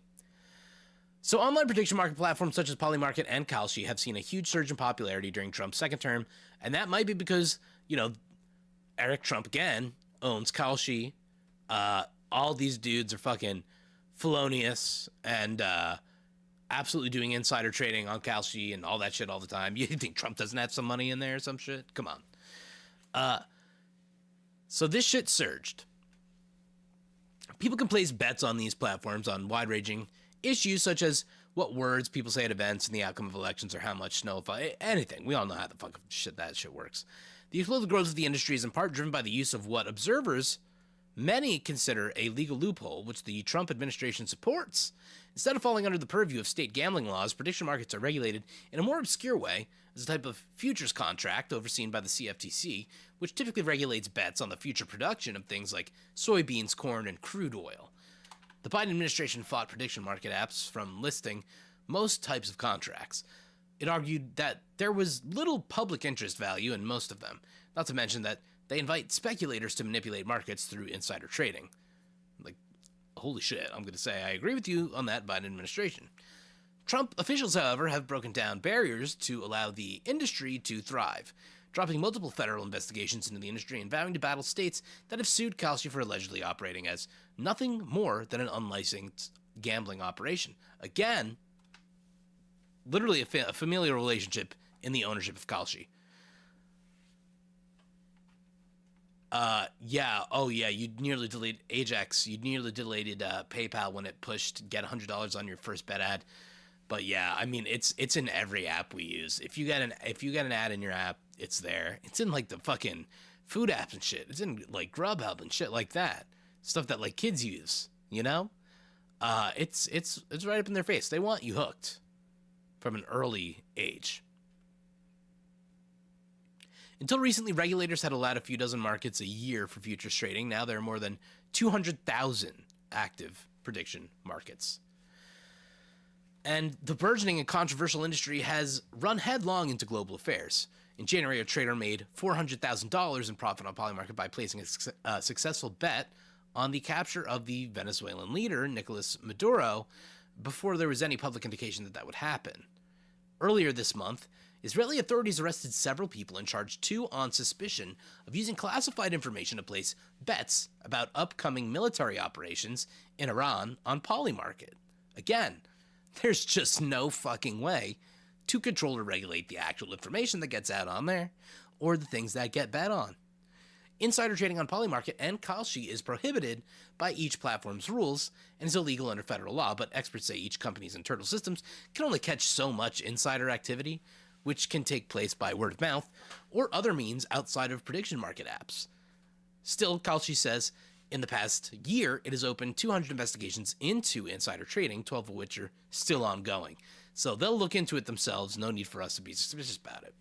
Kalshi said both instances of suspected insider trading revealed on Wednesday have been reported to the CFTC.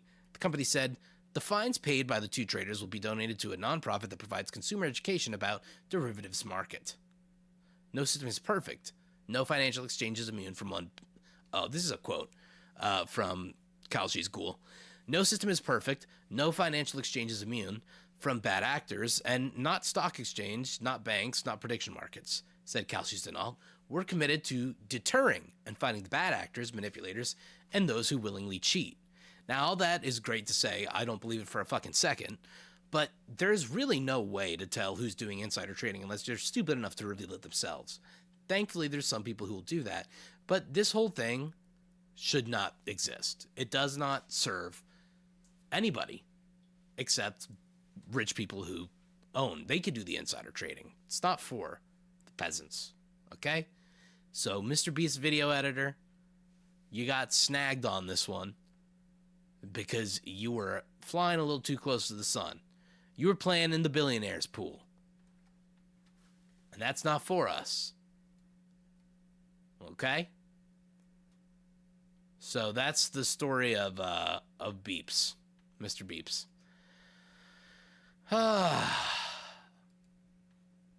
It's just, the whole thing about the prediction markets, beyond it just being unethical from the actual standpoint of it's impossible to stop the insider trading, it's just such an easy way for kids to get hooked on that kind of stuff, and that really sucks. It starts with sports betting, it turns into this kind of shit, it gets wild. All right, but we're gonna cover some lighter fare. Now, it is somebody who doesn't deserve what's going on, but as the headline here reads, the Fairhope penis costume protester's lawyer says that new charges may violate the First Amendment. That's right, everybody. This is a real dick of a tale. A real member of the club, if you will. So let's get into this situation. Let's find out what's happening here. Okay? It started out as a political statement. She was there with a phallic.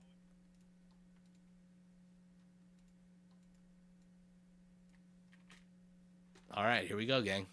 It started out as a political statement. She was there with a phallic costume on, holding an American flag and a sign that said, "No dictator." It quickly became a legal matter for Renee Gamble, the woman wearing the phallic costume. She says, am I being detained? And he doesn't respond. So she turns to walk away. He then grabs her from behind, pulls her down onto the ground. Gamble was arrested and charged with disorderly conduct and resisting an arrest. Turn over. On your belly. Now, months later, Yo. 2 additional charges. How as a cop, I know as a cop, like most of these guys, they just have a bloodlust for this shit. They can't wait to get violent, especially if a woman is giving them some sass. But how can you actually tackle somebody in a penis costume and feel like you are like, how can you not immediately feel like I'm doing the wrong thing right now? I look ridiculous. I look ridiculous. Is filed, giving officers a false name and breaking a city ordinance related to disturbing the peace. What's your name? Antifa. Antifa. Can you tell me where the zipper to this is? Yo, they said, what's your name? She said, Antifa. Yo, what a badass. Come on, this is funny. This is, they got no sense of humor.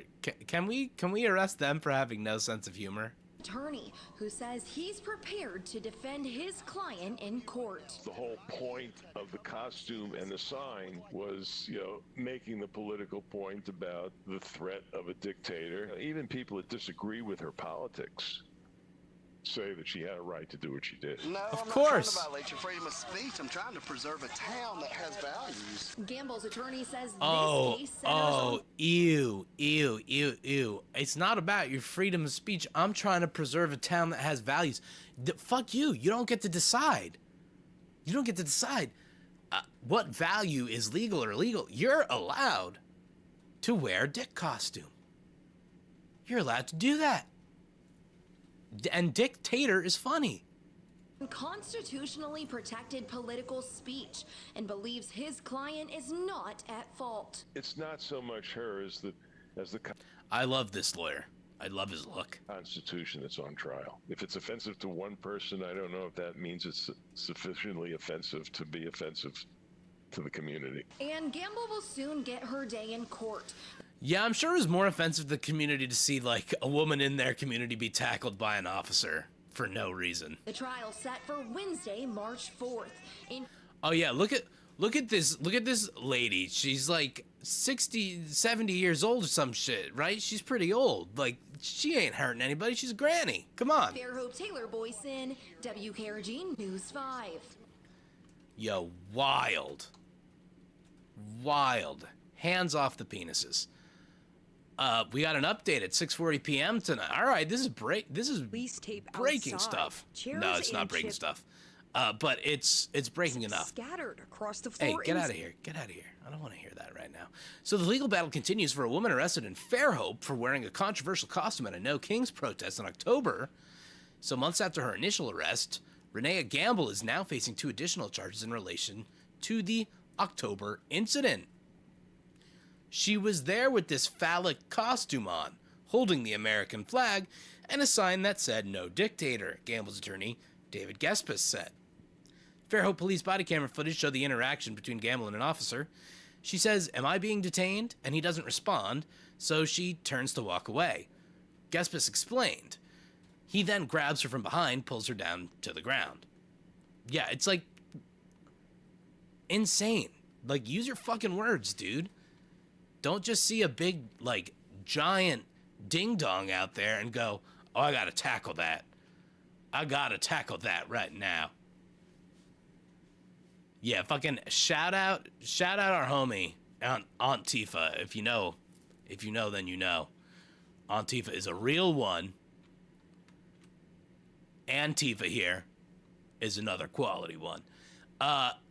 So... Now, months later, the 2 additional charges have been filed, giving officers a false name and breaking a city ordinance related to disturbing the peace, it said in the video. According to the court documents, during the arrest, when officers asked for Gamble's name, she stated her name was Antifa, with the intent to mislead the officer. Come on. Come on, everybody. Can you really claim she was trying to trick me? She said her name was Antifa, and I believed it. And because I know somebody in my family, Antoinette Tifa. Antoinette-Tifa. Daughter of Millennial. Named after Tifa, the one you're thinking of. with the gazongas. Like, holy shit. How can you say it's false identity? How can you say it's intent to mislead the officer? Another document explained that Gamble violated a municipal ordinance, unlawfully disturbing the peace of others by, quote, dressing as a giant erect penis at or about a major traffic intersection where the safety of pedestrians and or traffic was at substantial risk. I mean, it's just funny. It's funny to me. Like, I don't know. I've covered a few stories in the past weeks that have just made me really go, wow, the police are so sensitive. They can't handle a snowball being thrown at them in an organized snowball fight in New York City. They can't handle seeing a phallic costume. It's the costume's not even like, it's silly. It's fine. Okay? Like, holy shit. It's not a big deal. So the whole point of the costume and the sign was to make a political point about the threat of a dictator, Gaspa said. Even people who disagree with her politics say that she had a right to do what she did. And, maybe now they just kind of shot themselves in the foot with this one. So yeah, we'll see what goes on with this. We'll certainly be following this case. Like, look, come on. Look at this lady. You really think she's a threat to you? The big tough guys? You can't talk to grandma here? Come on. So yeah, the breach of peace is defined as disturbing the peace of others by violent, offensive, or boisterous conduct or language, or by conduct or language calculated to provoke a breach of peace. That's so dumb.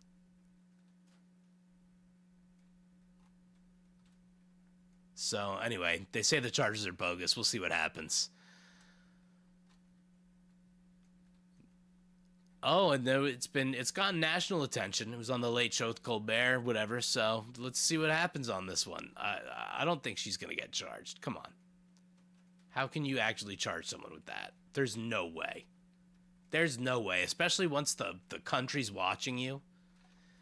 Especially once everybody's got their eyes on you for doing that.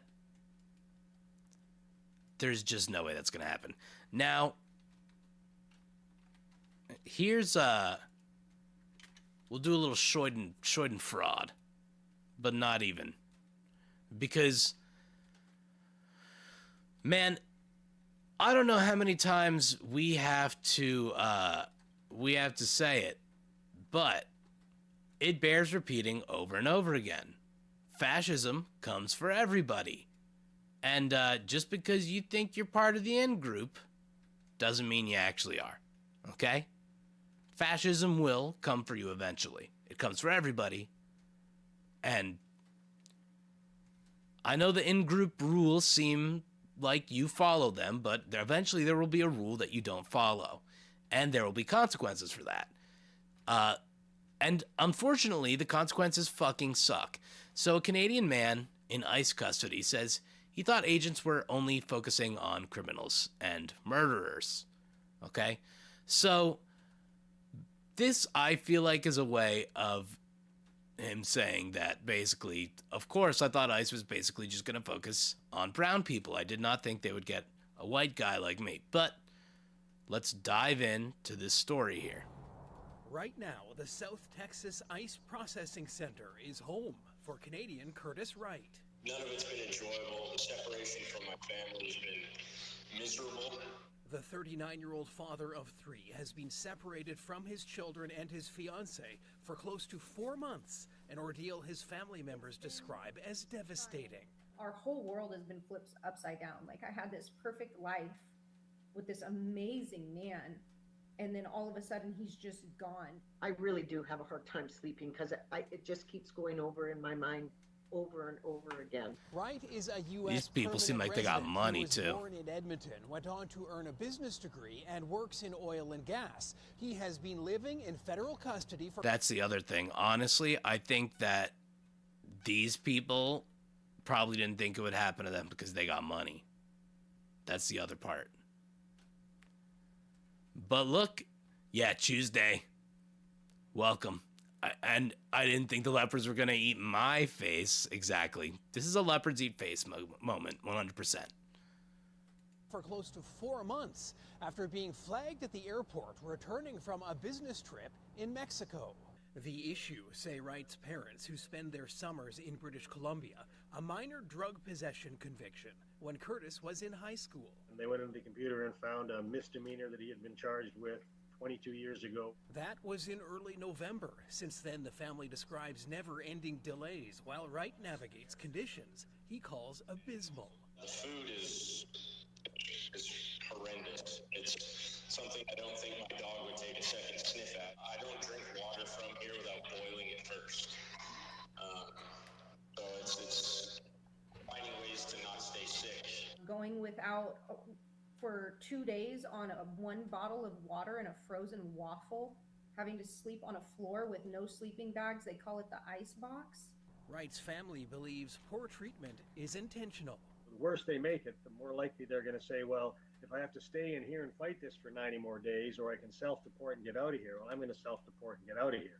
The entire experience has been a wake-up call. Before I came in here, I was of the mind that they were doing what they said they were doing, where they were focusing on, the worst of the worst, and criminals and murderers. What I've come to understand since I've been in here is that's the exact opposite of the people that I've met and seen. Humans are not supposed to behave like this. The family has now filed a federal court challenge alleging unlawful detention, hoping Curtis could soon be released and fight to stay in the country from his Houston home, where he is desperately missed. He's the provider for this family. Sorry. Andrew Johnson, CTV News, Vancouver. So yeah, I mean, it's a sad story. I wonder if this is somebody who voted for Trump. I mean, this is... the Ajax. That's why the audio was so bad. But this is absolutely a leopard ate face moment. So this is a Canadian man who was living in Texas. That's where his family is. And so he went on a trip to Mexico. He's a permanent resident of the U.S., born in Edmonton, holds a business degree, and works in the oil and gas sector. Like, literally, white guy working for oil and gas. You'd think, and no wonder he thought this way, because I think most people know and understand that the administration specifically goes after brown people. They are profiling people, and they think that, I'm not going to get profiled. Now, they've got numbers to meet. They got quotas. This is why you don't just do a blank. Again, all these problems in the Trump administration, they like to try to solve it with a sledgehammer, but these problems cannot be solved that way. If you want to deport criminals, that's one thing. But we're going to see, and we'll hear why he ended up getting deported. Yeah, he was an oil man. No one is safe. Exactly. According to his parents, who also call Texas home, but spend their summers in British Columbia, the issue stems from a minor drug possession conviction that dated back more than 2 decades to when Curtis was in high school. Quote, they went on the computer and found... Oh, here it is. Sorry. This is the ICE processing center there. They went on the computer and found a misdemeanor that he had been charged with 22 years ago when he was 17 years old. Curtis's father, Jim Wright, said, adding his son was told by officials that, quote, we can withhold you and incarcerate you until you're able to appear before an immigration judge. Jim says the drug conviction involved a Xanax tablet being found in the backseat of his son's truck. He says Curtis' criminal history also includes a misdemeanor charge that stemmed from police discovering a handgun in the glove compartment of the car Curtis was driving, which was only registered to his wife, and an impaired driving arrest 8 years ago, noting he has since cut alcohol out of his life. Okay, so he's got things on his record, but they are honestly not too many things that, other people haven't dealt with. Drunk driving is fucking awful, but if it's something he's cut out of his life, You know, none of these things are deportable offenses. You know, all of these things are rehabilitative stuff, you know? Like, you don't deport someone for being a drunk driver. They get rehabilitation. Unless they, you know, obviously kill someone or something like that. And they're from another country and, you know, all that stuff. But even then, like, obviously there's complexities to this stuff. Wright's family says in the years following his legal issues, Curtis has renewed his permanent residency multiple times without issue. He's also traveled freely, including a trip last summer to spend time with his parents at their Kelowna? I don't know how to say that. BC home. So CTV has reached out to the Department of Homeland Security for comment. So we'll see if that ever gets responded to. So, yeah, their family is like, you know, oh man, I can't read how much the daughter misses the dad and stuff, you know. This is the heartbreaking stuff. She wakes up and she says, Dad, as she carries around pictures of him that she'll cuddle in the morning. I mean, that breaks me. You know, I have a child. That would fucking destroy me. And this is what happens to everybody. So, you know, the sympathy just like, this story is a little, you know, enraging because like it's obviously focusing on an affluent white family. And it's good to highlight because like this goes to show that nobody is safe. You can work in the oil sector and be a wealthy white dude from Texas and still get deported because you were originally from Canada. And so his mom is saying that she's having a hard time sleeping as well. Now, here's the conditions of the ICE detention facility. Curtis alleges that there's general hygiene conditions of the facility are pretty awful. And he said that it's run down. There's mold, dirt, and grime everywhere. The family says when he was first detained, Curtis was only given a single bottle of water. And a frozen waffle over a 48-hour period. Quote, the food is horrendous. I don't think it's something my dog would take a second sniff at. We heard him say that thing. He boils the water first before he drinks it. You know? Insane. Lolly lule lo. I need scissors. 67. If you were in jail for life, for murder, you'd be treated better, Jim said. You get 3 good meals a day, and you have a yard to go out to. And they have a library and a gym there. The family believes that the state of the facilities are designed to wear detainees down into leaving the United States voluntarily. Gee, you fucking think? I mean, again, feel bad for him, but this is the shit that so many people have gone through before him, and they go through every fucking day. Like, in this elevated state of excessive deportation. The family believes the state of the facilities are designed to wear people down, yeah. The worse they make it, the more likely they're going to say, well, if I have to stay in here and fight this for 90 more days, they're going to self-deport. Insane. Curtis says his experience has changed his perception of immigration enforcement. This is good. Before I came in here, I was of the mind that they were doing what they said they were doing, where they were focusing on the worst of the worst, criminals and murderers, he said. What I've come to understand since I've been in here is that it's the exact opposite of the people that I've met and seen. Curtis says of the hundreds of people he's met inside 3 different facilities he's been transferred to, most are, quote, like him. And it's very unfortunate that somebody had to go through this to actually make that realization. Quote, just people working to provide a life for their family, trying to be a part of society in a productive manner, he added. And again, I will say this so many times, we all basically, if you're just not one of these insane billionaire class of people who's just absolutely demented and self-centered, most people want the same fucking thing. We want to have a family, we want to have friends, and we want to be left peacefully to enjoy our lives. We want to contribute to society in some sort of way. That's generally what people want. And we have the means and the resources. We have everything in society to do that. It's so enraging, just hearing people only until they get in that situation to think of these things. It's unfortunate that that changed your perception, but I'm glad it got changed. It's better that way. In the hope of finding something positive in his experience, Curtis says he has begun teaching English to some of his fellow detainees, and his family says he has also been helping others with resources to pay for basic items from the facility's commissary, and that's great. And I really hope that this is the story that, like, when he comes out of here, you know, he's advocating and working to help people like that and make a positive change on these institutional crimes.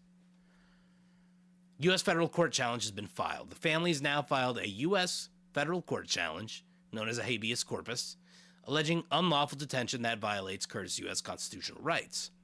They hope he may soon be released and that he will be able to fight to stay in the country from his home in the Houston area.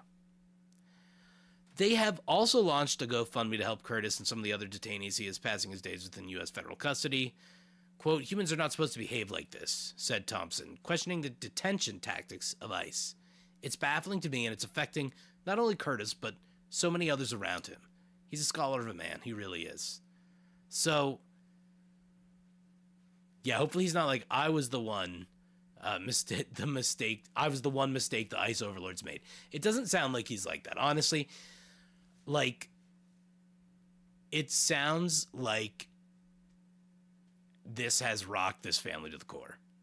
And I'm sure the people that know them in their community, you know, hopefully this changes the way some people look at things. It's unfortunate. It's a shitty situation, and I have empathy for him, and I most importantly have empathy for that kid. Man, for that daughter who's holding the photo of him, that breaks my heart. That genuinely breaks my heart.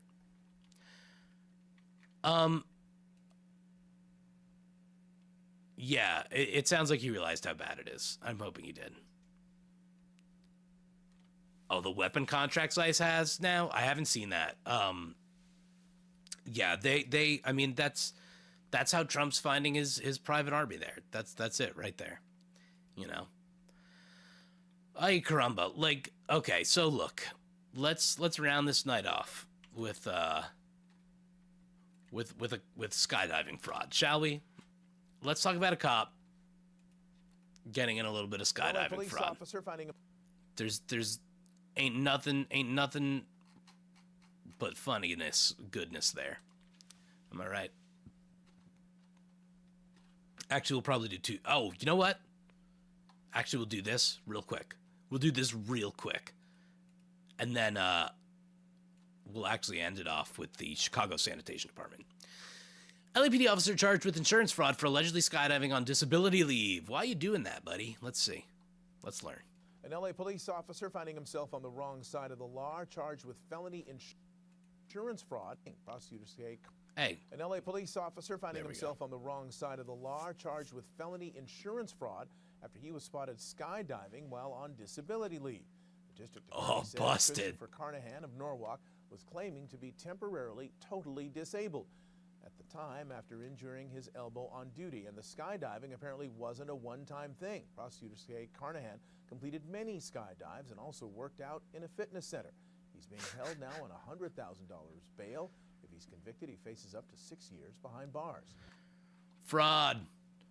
Right to that emergency. Why are you skydiving, you dummy? That's an 18-year veteran of the LAPD, which is crazy. He probably had a good salary.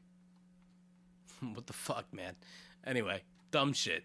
Now look, I just wanted to show you that, guys, real quick. But the real thing I want to show you, the real thing that's going to bring us joy before we go to Betty Bye here, is the Chicago Sanitation. Guys, I don't know what's going on with Chicago Sanitation. It's not the real Chicago Sanitation. I need to explain this thing, okay? I don't even know how to do this. We're gonna dive in. I don't know how to do this. This thing is blowing my mind. I got served a video from an Instagram account today, and it was a weird video, but I loved it because it was a little brain rotty, you know. It had some elements of good stuff, and then I went on their website and I was like, oh, this is weird. This is a website we have to explore together. And I found this Reddit post. Okay, just sums it up nicely. Let's just dive right into it. I stumbled across an Instagram account at Chicago Sanitation.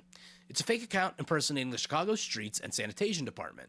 They post strange brain rot AI content involving their mascot Trashy, and the videos often include references to 9/11 for some reason. The videos often depict something of a PSA targeted towards the youth, and many Instagram users get a kick out of these videos. The linked webpage on their Instagram is where it gets interesting. Now, first, let's take a look at this. Let's take a look at this Instagram page real quick.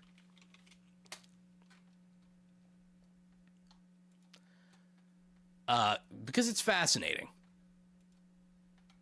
Hold on, I gotta log in here. Yeah, Trashy. It's a good one. Like it's a good rotten time. I'm not gonna lie, like I really enjoyed it.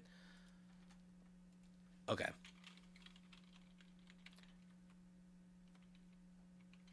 Chicago Sanitation.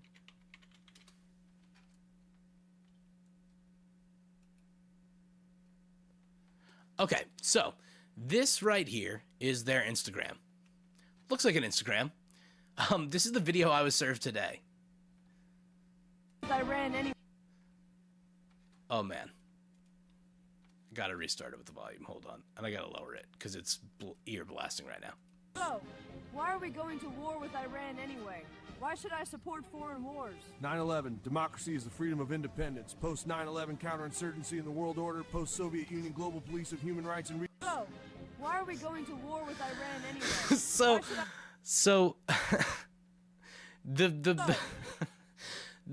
The caption is, some residents have reported difficulty understanding the necessity of our recent events. Our content team has spent the past few hours preparing the following public service announcement to combat disinformation and promote truth during this difficult time. Let's share our support below in the comments. This here is Trashy.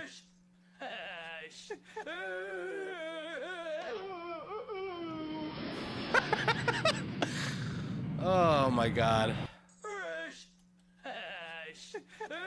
Yeah, I don't think it's AI. I think it's, you know, this is handcrafted.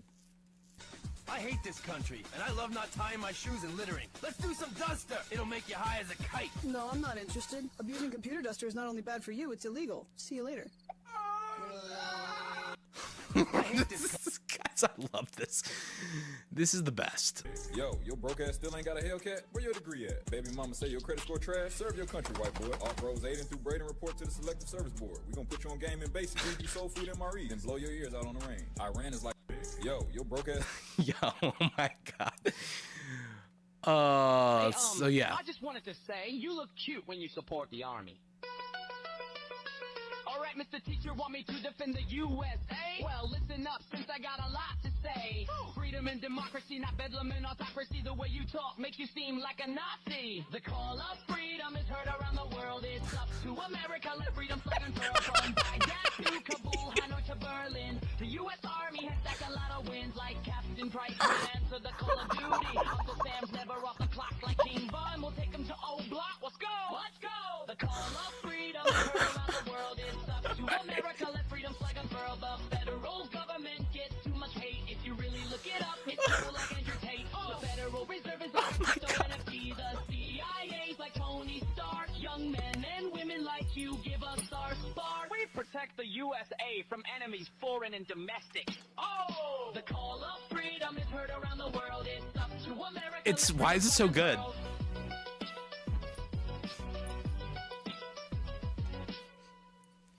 Hey, I just wanted to... That had no right to go that hard. That had absolutely no business going that fucking hard. I think I need to spin it again. You look cute when you support the army. Alright, Mr. Teacher, want me to defend the USA? Well, listen up, since I got a lot to say. Freedom Freedom and democracy, not bedlam and autocracy. The way you talk makes you seem like a Nazi. The call of freedom is heard around the world. It's up to America. Let freedom flag unfurl from Baghdad to... Oh, I'm getting brainwashed. What the fuck? US Army has stacked a lot of wins like Captain Price. Answer the call of duty. Uncle Sam's never off the clock like King Von. We'll take him to old block. Let's go. Let's go. The call Yo, see, the thing is, this is why I mean, beyond the Trump administration being absolute garbage, they don't know how to create actual genuine. Yeah, AI couldn't. Thank you, Lizard. AI could not replicate art like this. This is divine. This is divine. That shit has no right banging so hard. That's gonna be stuck in my head so bad. So anyway, guys, this is Chicago Sanitation, and now this is their website. Okay. Now again, I must remind you that this, sorry, I'm trying to frame this up because it's so much information here. This is not the real Chicago Sanitation or anything like that, okay? Obviously not. But I see you, Kermit and GTA. You dropping that propaganda? So, as you can see, we have Enlist, Live Map, 9/11, Y2K Prep, Report Odor, Feedback. I can't scroll left to right on here. Okay, wait. I gotta resize this. Holy shit. How amazing. I actually just need to fucking resize this because it's not... This is, you know, it's got that Web 1 feel intentionally. And I don't want to... Oh, I don't know. Yeah, what aganda? I don't know. Were you guys doing professional aganda of some kind? I don't know. Okay, I need to resize this window here for you guys. Boop boop. Okay. It's just wild. It's wild. So yeah, there's report odor, feedback, and games here. Okay.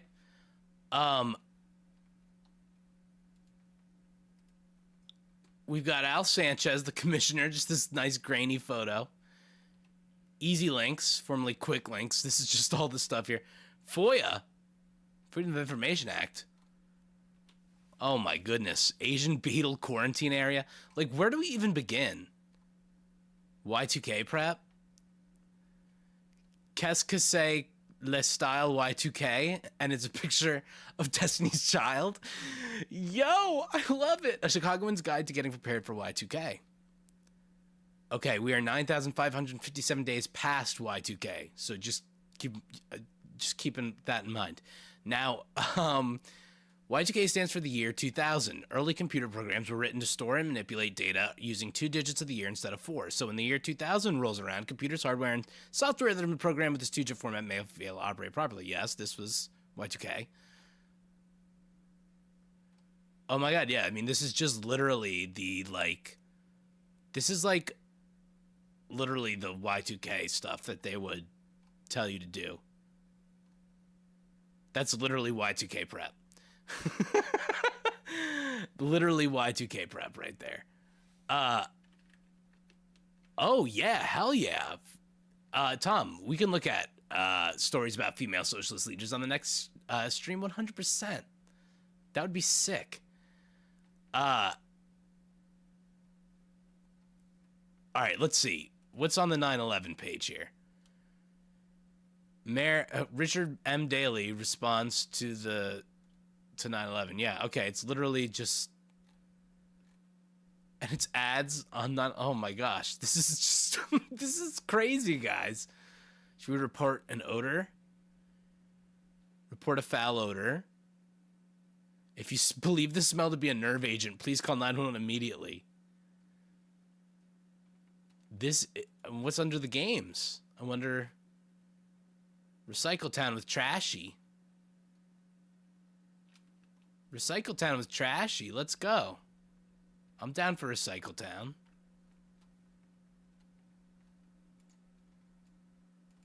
This looks like an engaging recycling sim. I'm down, Trashy. Oh, Vermin Supreme Deep Dive would be, like, fun. Yeah, this does feel like an... Oh. I heart Trashy. Oh, do I just put the cop on the treadmill? Yo, what? No way. I just make the cop run on the treadmill? Okay. Okay. Yeah, we're hitting top speed here, of course. I heart Trashy too. Okay, that's it? Let's see. Are we thin now? No. Okay, so that's the big tower. What's this menacing? Newspaper? No, I can only click big tower. Can I only just run? Can I just run? I mean, is there anything else? Okay, I'm fascinated by this. This has to be like an ARG or some shit. Yo, this has to be something, right? Office of the Mayor. Enlist? Where's like a weird thing I click and then it explains some of this? Rebuilding Iran? Wait, what? Sergeant Starr's U.S. Army's smartest and most advanced E-technology created by General Dynamics in partnership with Menards. What? Do not ask Sergeant Starr if he is gay. Violators will be punished under Title 10, USC 654. If you cannot see the HTML component below, ensure you have Adobe Flash Player installed. Oh. System initialized. Welcome to the U.S. Army Information Terminal. I am Sergeant Starr. Oh my God, we can type a message. I am Sergeant Starr, your virtual guide. Ask me anything about serving your country. Oh my gosh.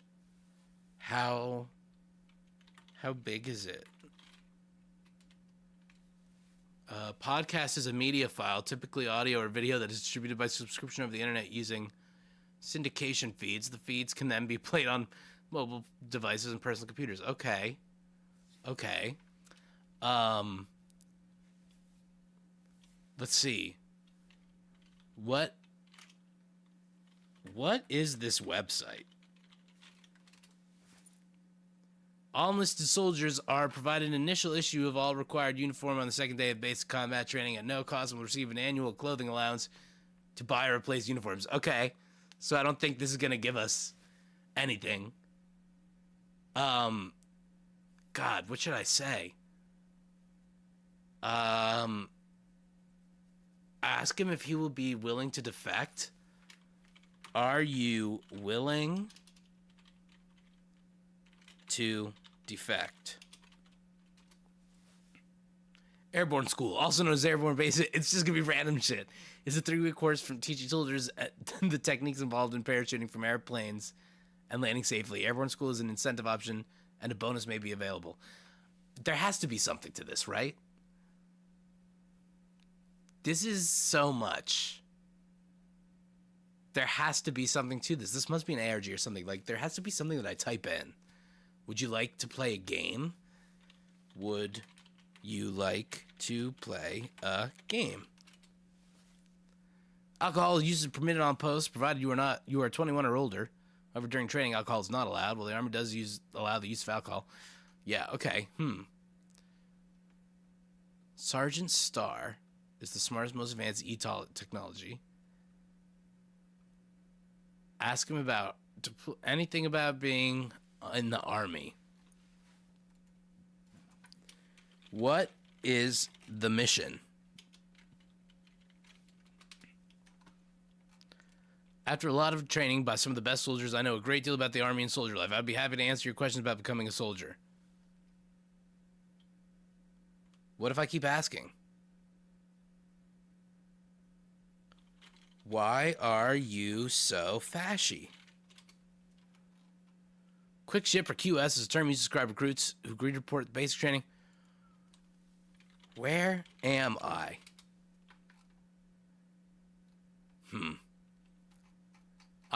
I'm suspicious. I'm suspicious. Do not ask if he is gay. Oh, wait. I'll ask if he's gay. Are you gay?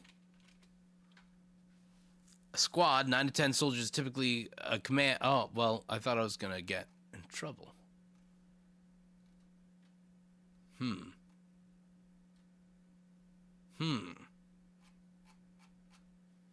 Are you pan? Are you pan? No. No, I'm trying to ask if you kiss other men. Please elaborate so I can violate Title 10. That should be specific enough for the AI. A brigade contains... Nah, all right, that's it. Man, I don't know. I think there's more to it. Feedback. Okay. Should we... This is an HTML form. We must have a browser that supports forms in order to use it.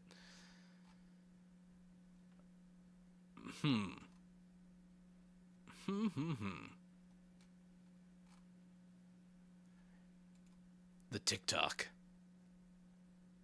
Oh, they're a little newer on the TikTok, it looks like. Che cazzo è questo, eh? Marone! Look at me, Roberto! You think this is funny? You think Yonana came here so you could fry your brain?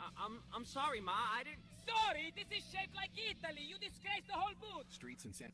Cazzo è questo, eh? Yo, I love this. I love this. It's trashy.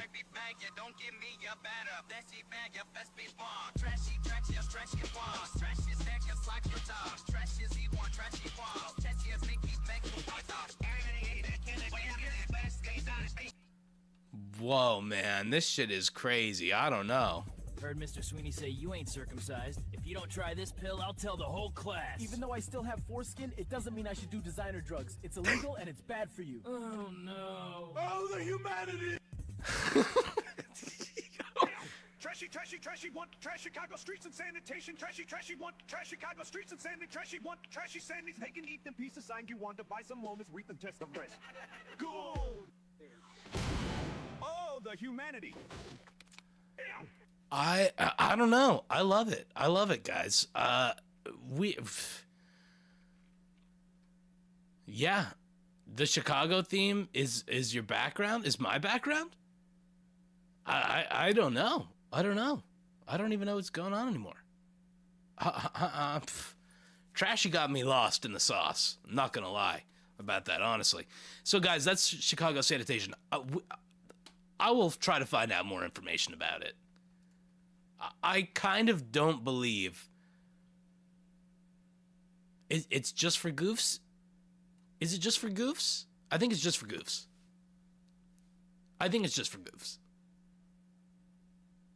The website is the website was chicagosanitation.net.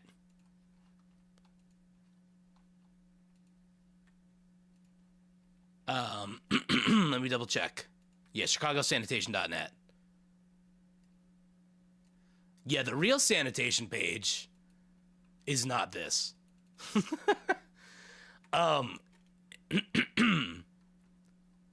Department of Streets and Sanitation. I have no idea. And now, the other thing, interesting enough. Wait, so this is like, okay, wait, this is where I get confused. Look at how many links there are to things here. City unveils the next generation of green machines.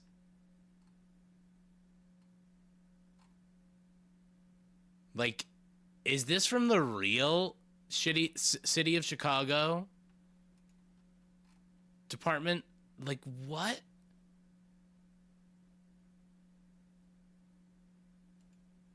There's no way. Yeah, I think these are just from the old site.